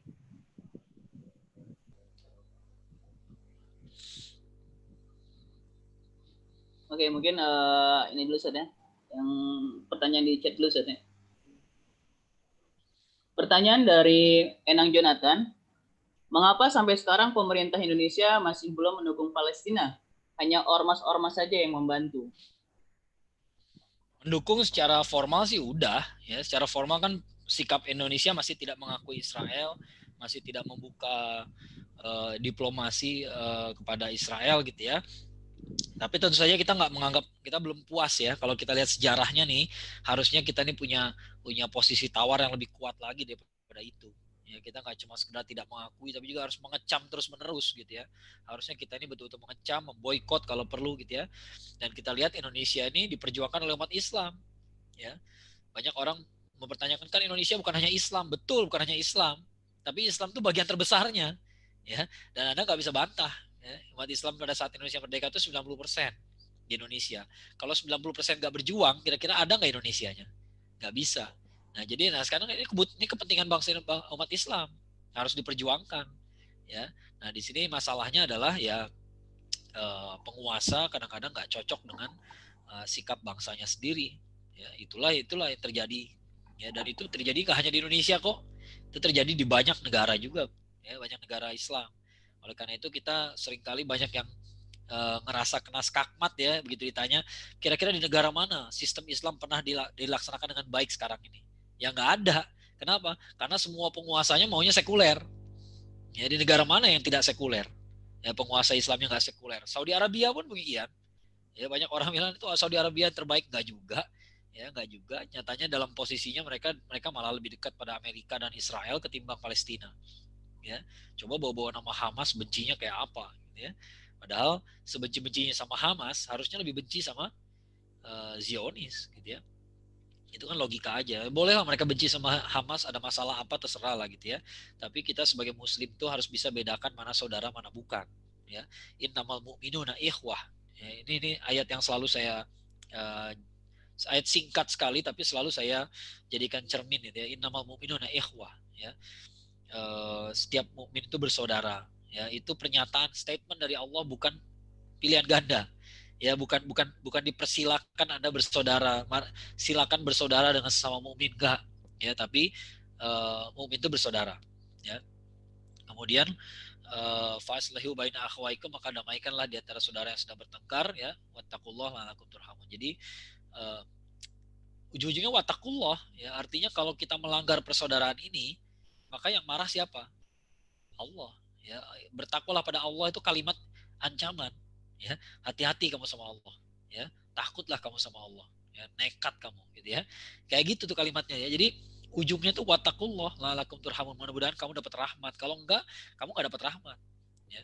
Nah, ini harus kita peringatkan kepada saudara-saudara kita ya. Jadi kita ini boleh nggak suka sama organisasi, sama ormas, sama segala macam gitu ya. Tapi sejelek-jeleknya mereka Muslim. Dan kalau sampai kita ridho melihat mereka dibantai, dijajah gitu ya. Kalau sampai ada perasaan ridho, ya kita Allah aja lah. Ya, takut aja sama Allah. Ya, nggak usah takut sama orangnya. Nanti orangnya nggak bisa balas juga, tapi Allah yang akan balas. Lanjut, ada lagi? Oh, ini ya. Ada lagi nih, Ustaz. Dari Z Ambari, bisa dijelaskan Ustaz sejarah dan kronologi serta korelasi perang salib 2 dengan Al-Quds dan Aqsa sekarang. Ya, jadi orang Eropa tuh kan nggak semuanya religius ya. Kadang-kadang kita mengira perang salib itu adalah murni masalah agama gitu ya. Ini mungkin sedikit berkaitan dengan pertanyaan yang di bawah nih, agak di bawah nih, dari Mbak Septiana ya. Ada yang bilang Palestina itu bukan masalah perang antara agama tapi soal sengketa tanah gitu ya. Kenapa sih orang Barat sering berkomentar kayak begitu? Karena begitulah cara mereka berpikir. Ya, mereka nggak pernah melakukan sesuatu karena agama doang. Makanya penjajahan mereka bawa semangat gold, glory, gospel. Ya, gospel agama tuh ditaruh nomor 3, udah gitu cuma nempel lagi. Nempel sama apa? Sama gold dan glory. Sama gold itu soal ekonomi, glory soal politik, kekuasaan ya, gospel soal agama. Jadi agama itu cuma sebagian aja. Ya memang sebagian besar orang Eropa itu tidak religius, mereka sebagian besar sekuler gitu ya. Jadi perang salib itu walaupun jelas ada motif, namanya juga perang salib ya, ada motif religiusnya gitu ya, tapi kemudian di perkembangannya ya ada motif ekonominya juga. Nah, Syam itu kalau kita lihat Syam itu betul-betul menghubungkan antara Laut Tengah sama Laut Merah, menghubungkan Eropa dengan Timur Tengah ya. Nah, kalau sampai mereka bisa kuasai Syam ya, mereka bisa kuasai Syam, Palestina termasuk gitu ya, Palestina, Jordania, Lebanon, Suriah gitu ya. Kalau mereka bisa kuasai, itu perdagangan dari Eropa ke Asia tuh nggak perlu muterin Afrika. Ya, coba lihat sambil lihat peta gitu ya. Dari Eropa, dari mana Italia, Yunani atau dari Spanyol ya, dari Prancis gitu ya. Mereka kalau nggak bisa menguasai Syam, mereka tinggal harus muter dulu ke Afrika nih, muter terus ke bawah, naik lagi, baru sampai nyambung ke India, ke Asia Tenggara, ya jauh sekali. Kemudian ke benua Amerika, nyebrangin Atlantik gitu ya. Tapi kalau mereka bisa menguasai Syam, mereka bisa berhenti di Syam, ya jalan lewat jalur darat sedikit, habis itu masuk ya kemana? Ke Laut Merah. Ya dari Laut Merah udah langsung masuk ke Asia Timur, udah selesai. Ya cepat sekali. Ya bisa menghemat berapa bulan perjalanan itu. Ya kan zaman dulu kapal cuma pakai angin, ya bukan pakai mesin gitu ya. Mereka bisa menghemat berapa bulan perjalanan, bisa setahun barangkali. Ya lumayan jauh, sangat cepat gitu ya. Nah itu, nah sebenarnya kenapa orang Barat suka bilang ini masalah sengketa doang kok, bukan masalah agama, ya karena mereka kayak begitu, ya itu hanya menyuarakan cara berpikir mereka. Sama kayak dulu nih, dulu ketika Indonesia Tanpa Jil baru muncul ya, kebetulan saya orang aktivis Indonesia Tanpa Jil ya, Nong Darul Mahmada, tokoh Jil itu langsung ngomong apa, ini luar biasa ya Indonesia Tanpa Jil ya, kok bisa muncul kayak gini, dananya dari mana ya? Nah itu mengungkap kepala dia, isi kepala dia tuh kalau bikin gerakan, pertanyaan pertama adalah duitnya mana, gitu ya. Lalu dia proyeksikan pada semua orang. Ketika dia muncul gerakan, dia nanya dananya dari mana, ya itu isi kepalanya sendiri, ya.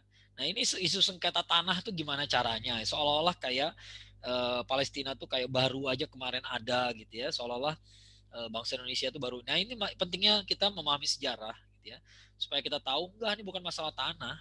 Jadi masalah orang dibunuh, orang ditangkap, orang dipersekusi, tanahnya diambil, rumahnya diambil, ya.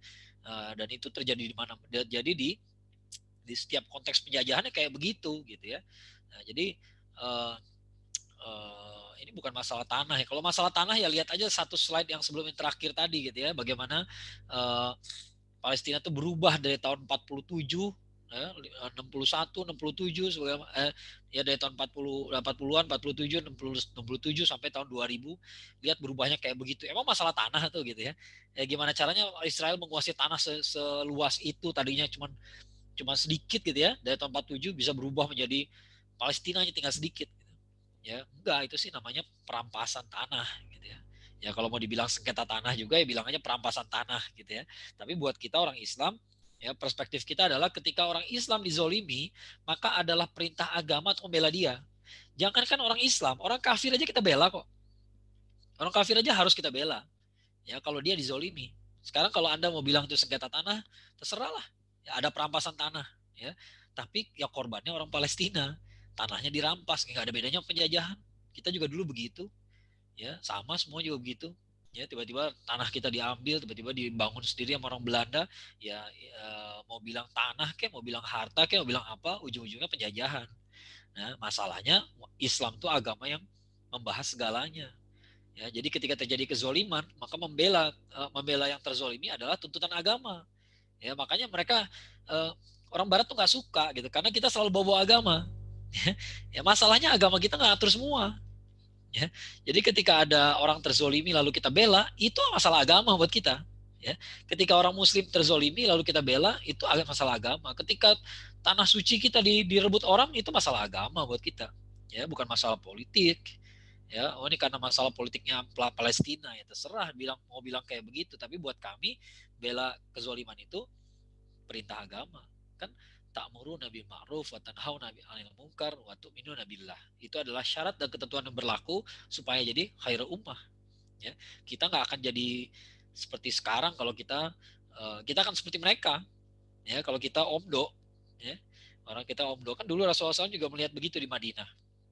Ya, beliau bertanya, kalau orang berzina tuh gimana hukumannya? Ya, hukumannya dirajam sampai mati. Itu kata Taurat, ya. Kata Taurat. Tapi kenyataannya orang Yahudi itu pilih-pilih. Kalau orang kaya yang melakukannya nggak dihukum.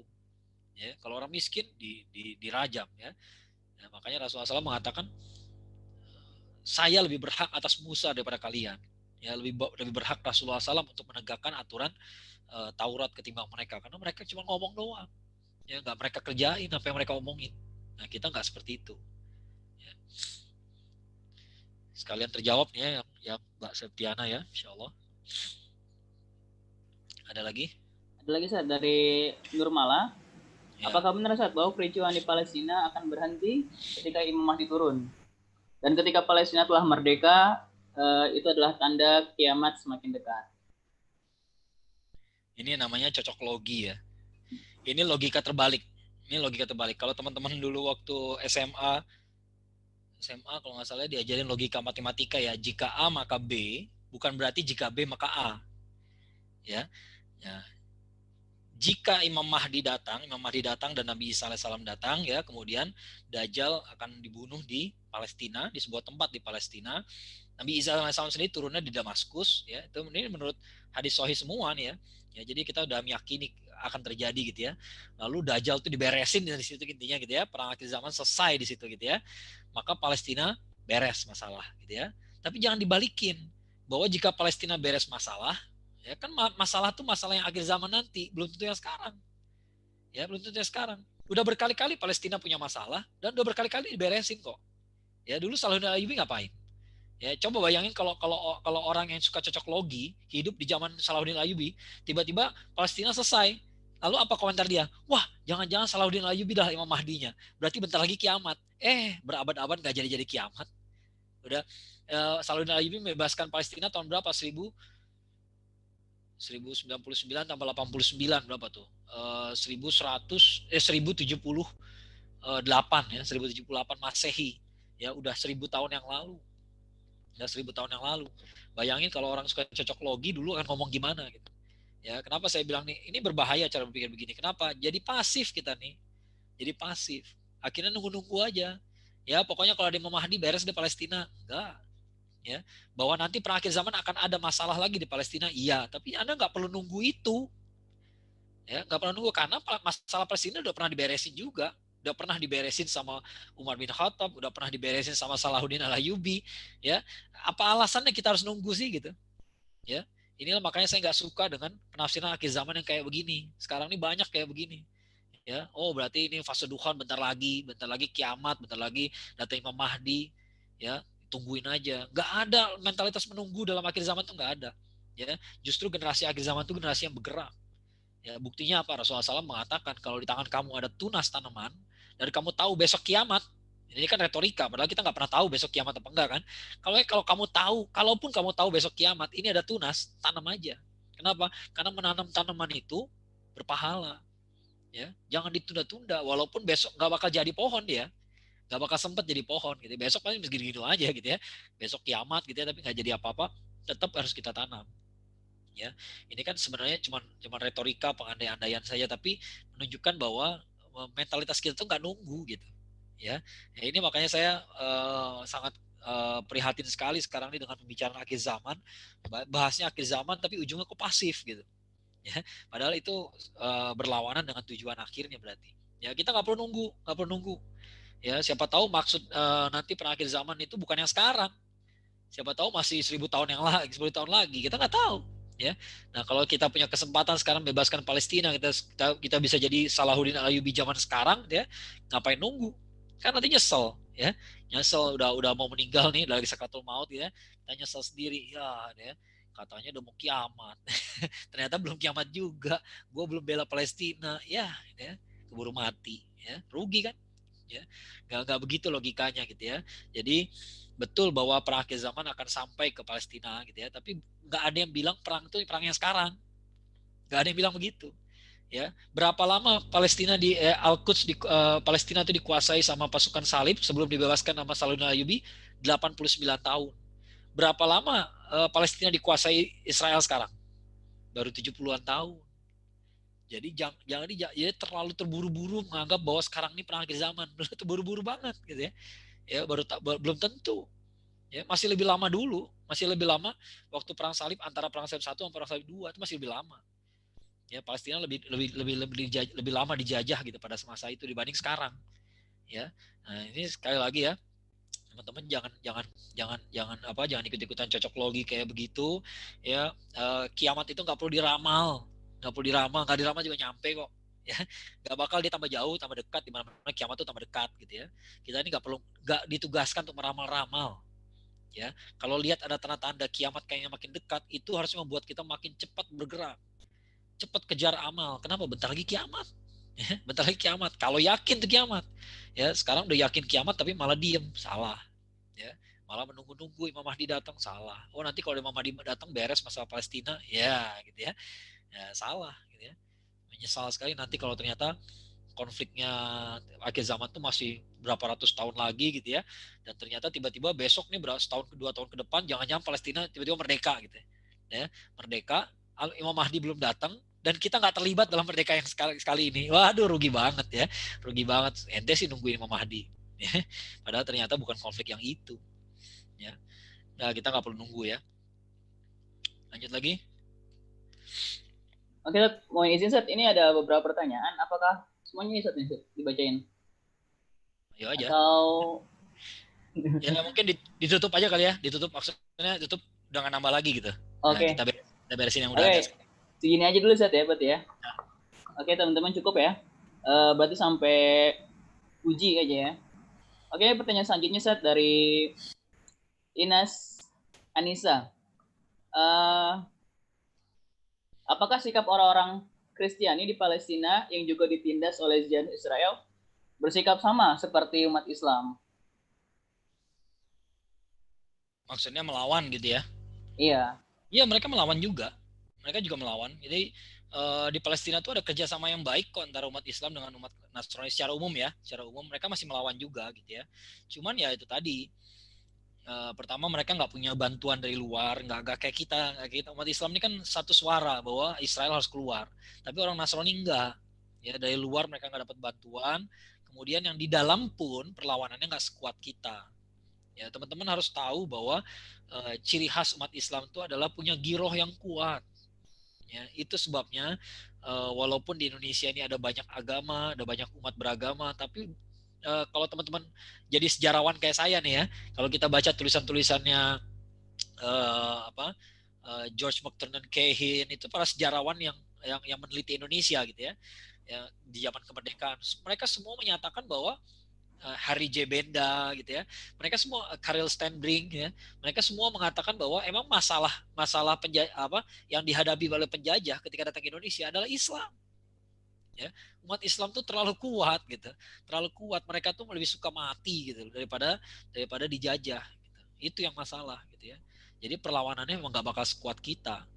Ya, kita harus bangga juga itu membuktikan bahwa memang agama kita ini lain gitu ya. Dia menanamkan kehormatan dalam diri kita. Karena kita punya kehormatan maka kita melawan. Ya, kita melawan. Yang lain nggak akan melawan sekuat itu. Nah, kalau teman-teman lihat di Indonesia misalnya masalah LGBT ya, kita belok keluar sedikit ya. Masalah pemikiran masalah LGBT. Emang LGBT ini bukan masalah bagi agama lain. Semua agama menganggap itu nista. Ya, LGBT dan zina itu semua agama menganggap itu masalah. Tapi siapa yang kuat melawan? Ya kita lagi bos. Gak ada yang lain gitu ya. Yang lain tuh gak sekuat kita gitu ya. Jiwanya gak sekuat kita. Ya, mereka sangat ya I'm sorry to say gitu ya, nggak segigih itu perlawanannya terhadap kebenaran. Ya, padahal mereka juga mengakui kebenaran yang sama. Ya, tapi mereka nggak sama seperti kita. Lanjut. Tadi Ustaz sempat membahas tentang syarat dan ketentuan tentang membela sesama umat muslim yang dizolimi. Itu Ustaz membahas dari surat apa dan ayat berapa, Ustaz?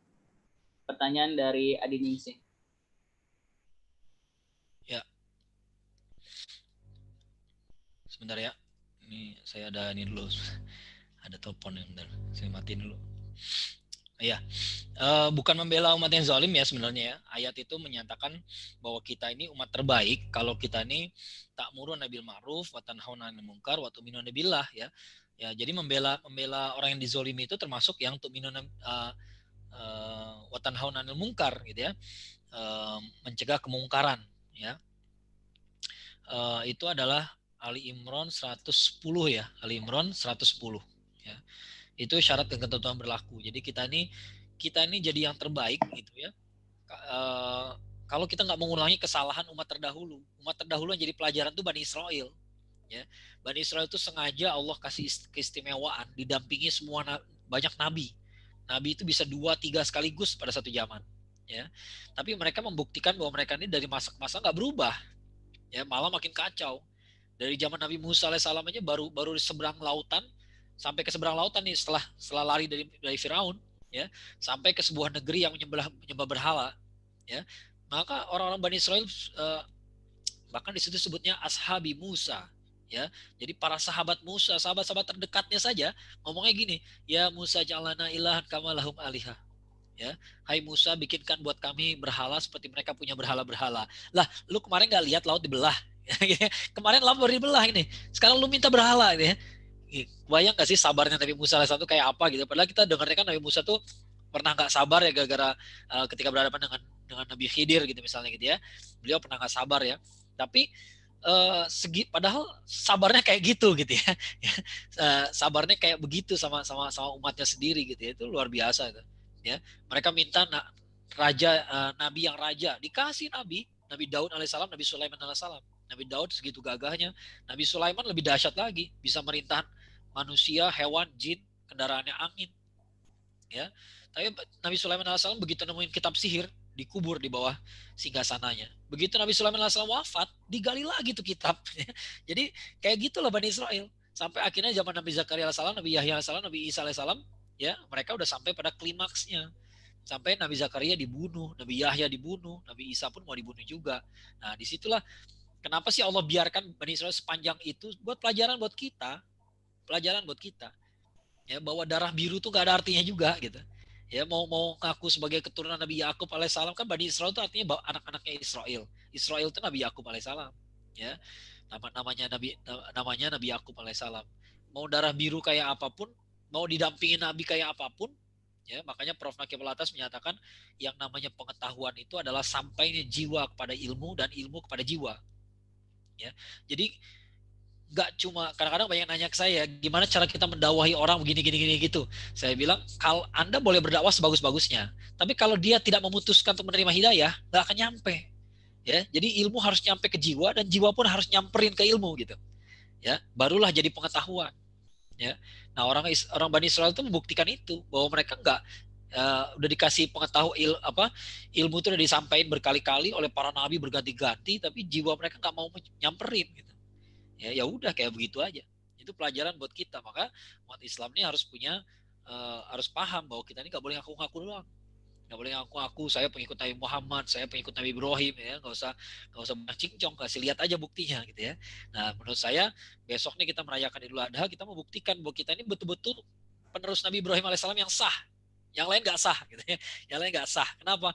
Ngakunya pengikut Nabi Ibrahim alaihissalam tapi nggak berkurban. Ngakunya pengikut Nabi Ibrahim alaihissalam nggak pernah belain Masjidil Haram, nggak pernah belain Masjidil Aqsa. Semua yang kerjain kita. Ya, semuanya kita kerjain. Dan gak usah ngomong bagaimana memuji Nabi Ibrahim alaihissalam lah. Kita setiap hari, setiap sholat minimal 2 kali bersalawat untuk Nabi Ibrahim alaihissalam. Plus anak-anaknya, plus keturunannya. Ya, bukan mereka. Ya, tanya ke orang teman-teman kita yang Kristen ya, tanya dalam setiap misa apakah mereka memuji Nabi Ibrahim alaihissalam? Ya, ada nggak mereka memuji Nabi Ibrahim, Abraham gitu ya? Enggak. Ya, nggak selalu. Kalau kita tiap sholat ya sehari ya, berapa kali tuh? Ya, 5 yang wajib kali 2 kali selawat berarti 10.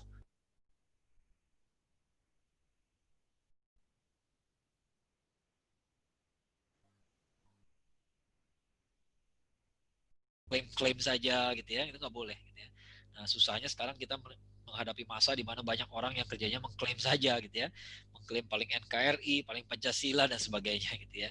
Nah, itulah ya. Betul. Ya, Seth. Nah, lagi Seth dari Ulfa Mushfa. Dia bertanya, apa hal utama yang menghalangi umat Islam bersatu untuk membela Palestina? Dan kenapa semua negara mayoritas Islam tidak kompak dalam membela saudara seimannya? Dan apa yang kita bisa lakukan terkait hal tersebut? Ini nggak bisa sempat saya jelasin sekarang, tapi kalau teman-teman cari sejarah di googling atau gimana gitu ya, cari sejarah tentang perang 6 hari. Jadi ketika sebelum Israel berdiri itu ada perang selama 6 hari antara bangsa-bangsa Arab melawan orang-orang Zionis dibantu oleh Inggris terutama ya, oleh sekutu terutama Inggris. Itu tahun 67. Nah, tahun 48 sorry. Nah, di perang itu yang menarik adalah termasuk di situ yang terkenal sekali adalah bagaimana para mujahidin yang diorganisir oleh Al-Ikhwan ya, Al-Ikhwan Muslimin ya. Nah, pada saat itu yang menarik adalah umat Islam kalah itu bukan kalah sama mereka, sama musuh. Ya, kita bukan kalah sama orang Zionis atau sekutu. Kita kalahnya gara-gara apa? Gara-gara satu persatu negara Arab mengundurkan diri dari perang. Itu pelajaran, ya. Itu pelajaran. Apa yang terjadi di belakang? Money talks. Ya, orang Yahudi tahu, dan Yahudi itu permainannya uang selalu, ya. Dia tahu bahwa para pecinta dunia itu selalu punya harga. Ya, selalu ada harga yang tepat buat mereka. Ya, mereka bisa bayar, akhirnya mundur satu persatu, bahkan para mujahidin itu malah dipersekusi jadinya. Ya, itulah ya. Nah, apa yang menghalangi umat Islam bersatu? Yang menghalangi umat Islam bersatu yang pertama Yang merusak ukhuwah itu ya cinta dunia sih, cinta dunia. Ya seperti saya bilang tadi, Anda boleh nggak suka sama Hamas, boleh nggak suka sama orang Palestina sekalipun gitu ya. Nggak suka sama mereka juga bisa jadi ya, memang ada orang Palestina yang nyebelin, bisa jadi ada gitu ya. Tapi Anda nggak boleh bahagia lihat mereka diperlakukan seperti itu. Ya, karena sekali lagi mukmin itu bersaudara. Ya, mukmin disebutnya mukmin yang beriman sama siapa? Sama Allah kan. Ya, jadi esensi dia itu, esensi seseorang yang kita omongin itu adalah dia beriman sama Allah. Ya, jadi kita nih menghargai dia, menyayangi dia, bukan karena dianya, ya, tapi karena dia tuh milik Allah, ya, milik Allah. Yang beriman sama Allah tuh juga ada orang yang ngeselin, orang yang nyebelin, orang yang bikin kita keki gitu ya, iya ada gitu ya. Tapi anyway dia milik Allah, ya. Nah oleh karena itu kita nggak boleh senang. Ya nggak boleh senang lihat umat Islam dipersekusi di Mesir gitu ya. Lihat tuh ya gara-gara mereka salah mereka sendiri ya, ngomong kayak begitu sama saudara kita tuh, yang ngomongin saudara kita sendiri nggak boleh, ya nggak boleh. Itu yang memisahkan kita dari orang-orang munafik. Ya, orang munafik tuh senang melihat saudaranya di senang menyerahkan leher saudara kepada musuh, ya. Nah itu nggak boleh kayak begitu, ya. Kenapa kita nggak bersatu? It's all about the money kalau menurut saya sih. Ya, yang terakhir yang paling kontemporer 2018 kalau nggak salah ya, ada 4 negara Timur Tengah yang mengembargo Qatar ya, mengembargo Qatar. Kenapa? Karena Qatar banyak memberikan dukungan kepada Palestina, ya, dan yang apa? Kan di Qatar itu tempat tinggalnya Syekh Al-Qaradawi ya. Beliau banyak memberikan masukan kepada pemerintah di sana, dan pemerintah Qatar itu bagus dukungannya pada Palestina. Di embargo sama Saudi Arabia, sama Mesir, ya kita lihat aja gitu ya. Nah itulah ya hasil dari tekanan-tekanan asing ya dalam masalah ekonomi. Ya. Dan Rasulullah SAW sendiri juga kalau mau pakai dalil ya, Rasulullah SAW sudah pernah mengatakan kan masalah kita nanti di akhir zaman adalah wahan, cinta dunia takut mati. Ya itu aja. Sorry mungkin ditambahkan sedikit ya. Saya tambahkan sedikit. Kalau teman-teman bisa bayangkan ya, kalau negara Islam semuanya dukung Palestina, ya nggak usah yang di Indonesia lah, yang Timur Tengah aja ya. Kalau yang Timur Tengah semua bela Palestina, kalau satu malam mereka menembakkan semua rudalnya dan roketnya ke Tel Aviv, kira-kira selesai nggak tuh masalah? Nggak bakal Tel Aviv bisa nangkis serangan sebanyak itu. Tapi nggak pernah terjadi kan? Ya, itu aja gitu. Padahal sederhana itu masalah Palestina. Kalau kita ngirim rudal ke sana ke kejauhan, ya belum sampai sana udah ditangkal, udah disikat sama roket-roket mereka juga gitu. Tapi kalau ditembak dari Mesir, ditembak dari Lebanon, ditembak dari Saudi Arabia ya, nggak akan sempat mereka nangkis. Ya. Nyatanya masalahnya nggak ada kesepakatan untuk itu. Nah ini membuktikan bahwa memang Palestina tuh nggak merdeka bukan karena musuhnya kuat, ya bukan masalah musuhnya kuat, tapi karena kitanya yang tidak bersatu, ya, dan nggak bersatunya itu karena dunia. Kalau ingat sama ukhuwah, ingat sama Allah sih nggak akan kayak gitu. Ya. Lanjut. Nah ini ada kaitannya sama pertanyaan sebelumnya, ada korelasinya. Ini selain berdonasi dan mendoakan apa yang bisa dilakukan generasi muda kayak kita saat untuk membela Palestina. Saya berkali-kali ketemu sama Syekh Palestina, banyak Syekh Palestina gitu dalam berbagai biasa kan mereka kadang-kadang suka dibawa keliling ya sama beberapa organisasi lembaga bela Palestina di Indonesia ya. Saya berapa kali ketemu dengan beberapa tokohnya. Ya, semua jawabannya yang utama yang buat kita kerjain justru bukan donasi dan mendoakan. Ya, yang pertama yang harus kita kerjakan adalah tegakkan Islam di Indonesia. Dakwah. Ya, dakwah. Kenapa? Ya itu tadi, mereka yang mau berdonasi siapa sih? Yang peduli sama agama, yang peduli sama umatnya. Kita ngomong donasi, tapi yang kita ajak ngomong nggak tahu agama, nggak bakal bisa. Ya, yang paling utama tuh berdakwah di Indonesia. Ya, habis itu baru ngomong mendoakan kalau nggak ada uang. Habis itu kalau ada uang, ya berdonasi. Ya, jadi urutannya begitu. Jangan dibalik. Ya, dakwah tuh harus jadi nomor satu. Ya, dakwah tuh harus jadi nomor satu. Kita nih ngomongin soal Palestina melulu, tapi kalau dakwah kita kurang bagus di sisi lain, maka yang datang kumpul ya orang-orang yang lagi yang emang udah peduli duluan gitu, yang udah terbangun kepeduliannya gitu ya. Tapi yang di luar sana nih harus diberesin nih. Ya tadi kan banyak pertanyaannya tuh, ada yang bilang kenapa dibilang sengketa tanah. Nah orang-orang kayak gini harus dikasih tahu, gitu ya, dikasih tahu ya bahwa Indonesia tuh belum ada, bapak-bapak kita udah bela Palestina, ya jadi jangan ngomong kayak begitulah, ya, bikin malu aja gitu ya, ya kayak gitu. Jadi ya, ini kita harus ngomong kayak begini, ya harus ngomong secara lugas gitu ya. Nah, dakwah itu nomor satu, tegakkan Islam dulu di Indonesia. Kalau kita bisa umat Islam Indonesia ini kuat, maka kita secara otomatis sudah membantu mereka di sana. Ya, nah bilang mendoakan, tapi kalau yang doa kan tergantung yang mendoakan kan, tergantung yang berdoa siapa. Ya, jadi kalau orang-orang ini belum kita dakwahi dengan baik, kehidupannya masih ahli maksiat, lalu mereka berdoa, emang doanya nyampe? Gitu ya, nggak nyampe juga gitu ya. Jadi mereka umat Islam Indonesia juga harus dibikin soleh juga gitu ya, dan itu agenda terbesar kita justru ya. Dulu banyak yang udah nanya, perlu gak kita kirim mujahidin ya, jawaban mereka enggak ya, selalu mereka menjawab tidak ya. Tugas menjaga Masjid Aqsa, Al-Quds, insya Allah kami sanggup ya, kami sanggup ya. Tugas kita menegakkan Islam di Indonesia ya, berdakwah ya. Setelah itu baru kita menyeru mereka untuk mendoakan, dan kalau bisa juga berdonasi ya, itu yang paling utama. Atau Nah, ini pertanyaan terakhir, Sat. Apakah sampai sekarang dari Gaza ke Masjidil Aqsa masih sangat susah? Bagaimana gambaran penjajahan Israel terhadap Palestina dalam lingkup wilayah? ya masih sangat susah ya, karena memang kan Gaza itu diisolir sama Israel. Mereka selalu mencitrakan orang-orang Gaza tuh bad boys gitu ya, anak nakal gitu ya, karena paling nggak mau kooperatif ya, karena memang di situ pusatnya Hamas di situ ya. Hamas itu yang paling tidak kooperatif dianggapnya gitu ya. Dan memang itulah cara mereka untuk memecah belah bangsa jajahan. Dari dulu begitu kok. Di Belanda juga begitu, Belanda juga dulu kayak begitu ke Indonesia gitu ya. Ada yang diperlakukan dengan baik, ada yang dihancur-hancurin ya. Kemudian ketika kita nyakitin yang kelompok yang ini, lalu mereka akan bilang ini kamu nih mengalami nasib kayak begini gara-gara teman kamu tuh. Nah, akhirnya jadi berantem kan.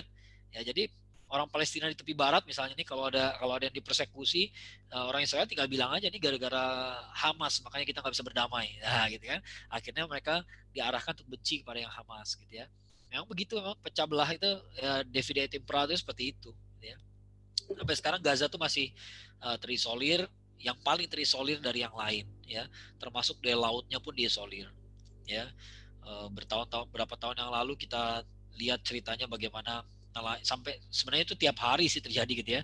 Jadi nelayan-nelayannya pun ditembakin gitu ya. Bahkan ada anak-anak lagi main di pinggir pantai saja ditembakin juga sama senapan mesin gitu ya, sama kapal-kapal patroli Israel yang lagi lewat gitu ya.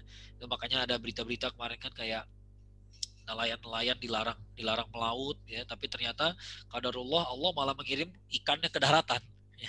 Ikannya malah loncat ke pantai gitu ya. Ya itulah kuasa Allah ya. Ya itulah kondisi Gaza gitu ya.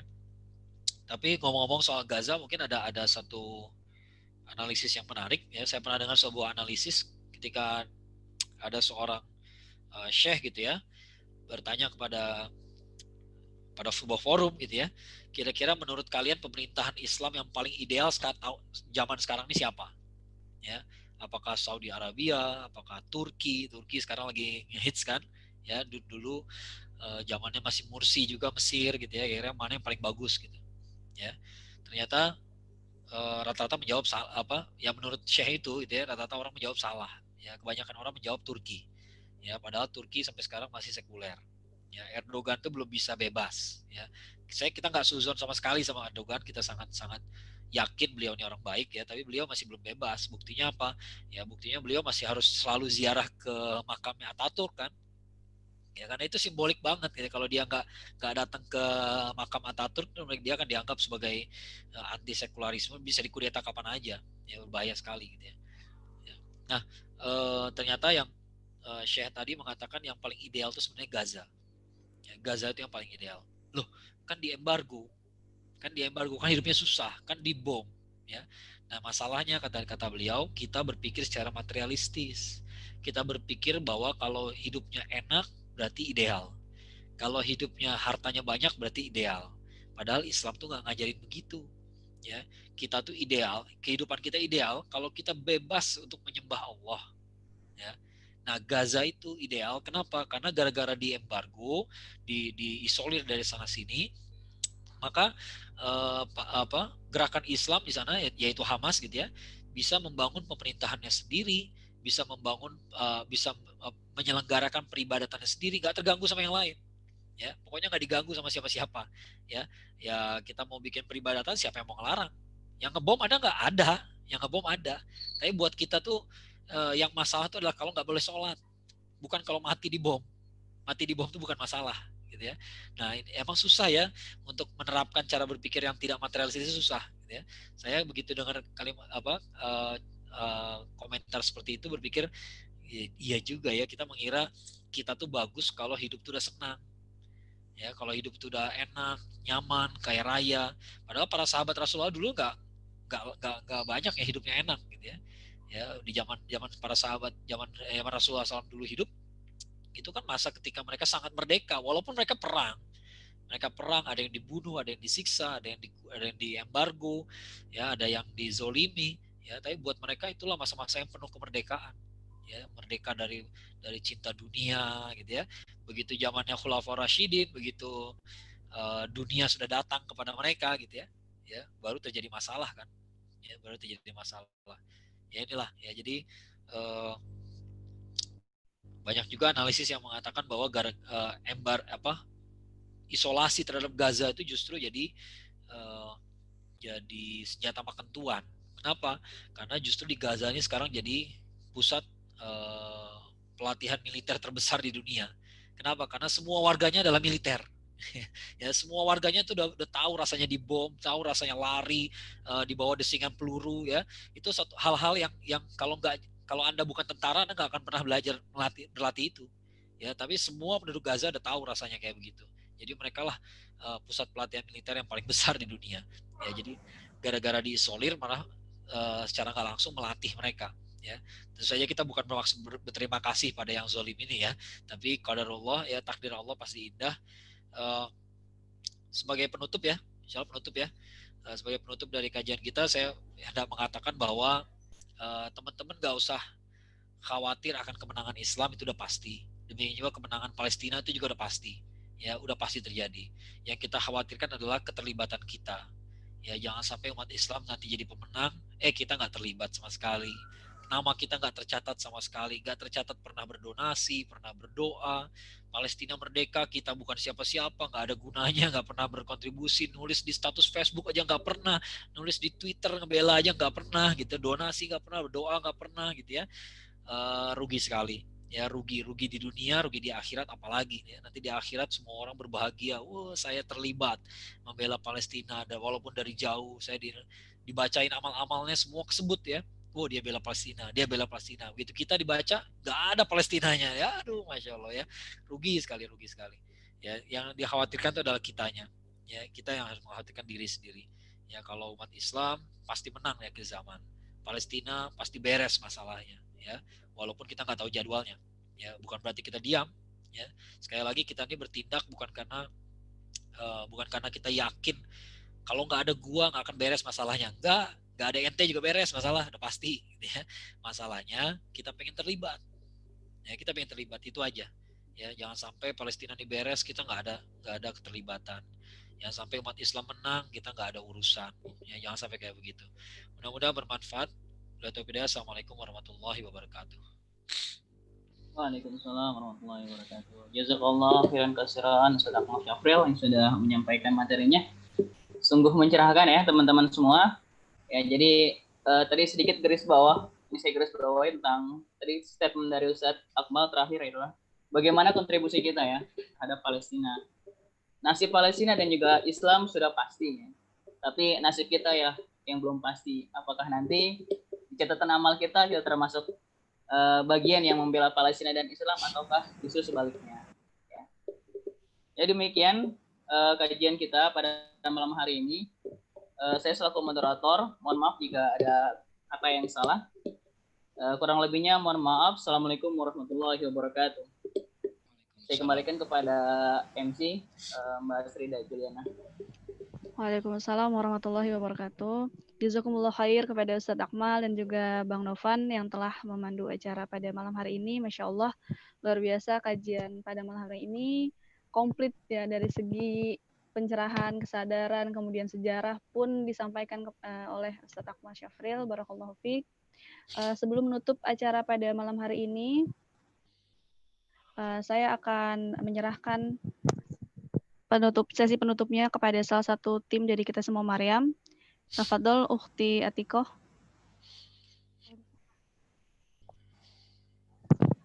Saya mengucapkan terima kasih kepada MC dan Bang. Tadi kan Ustaz bilang, generasi akhir zaman itu generasi bergerak.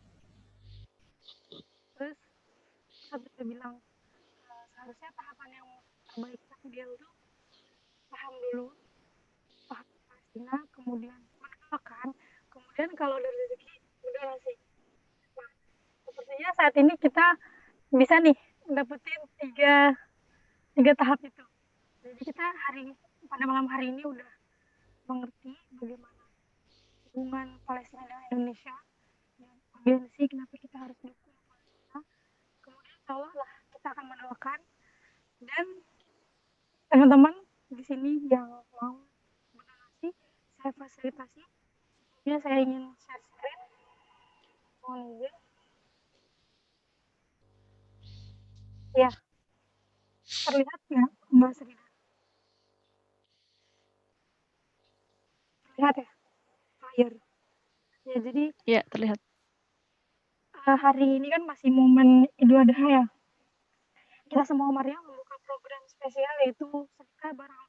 Jadi Ukti suaranya kurang dulu.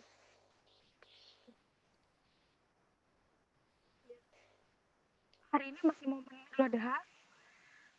Kita semua Maria membuka program spesial yaitu sedekah barang Al-Quds, di mana teman-teman bisa cukup mengeluarkan Rp50.000, kemudian bisa memilih alokasi sedekahnya. Bisa ke sedekah daging domba, paket iftar, paket lebaran, yang 3 macam.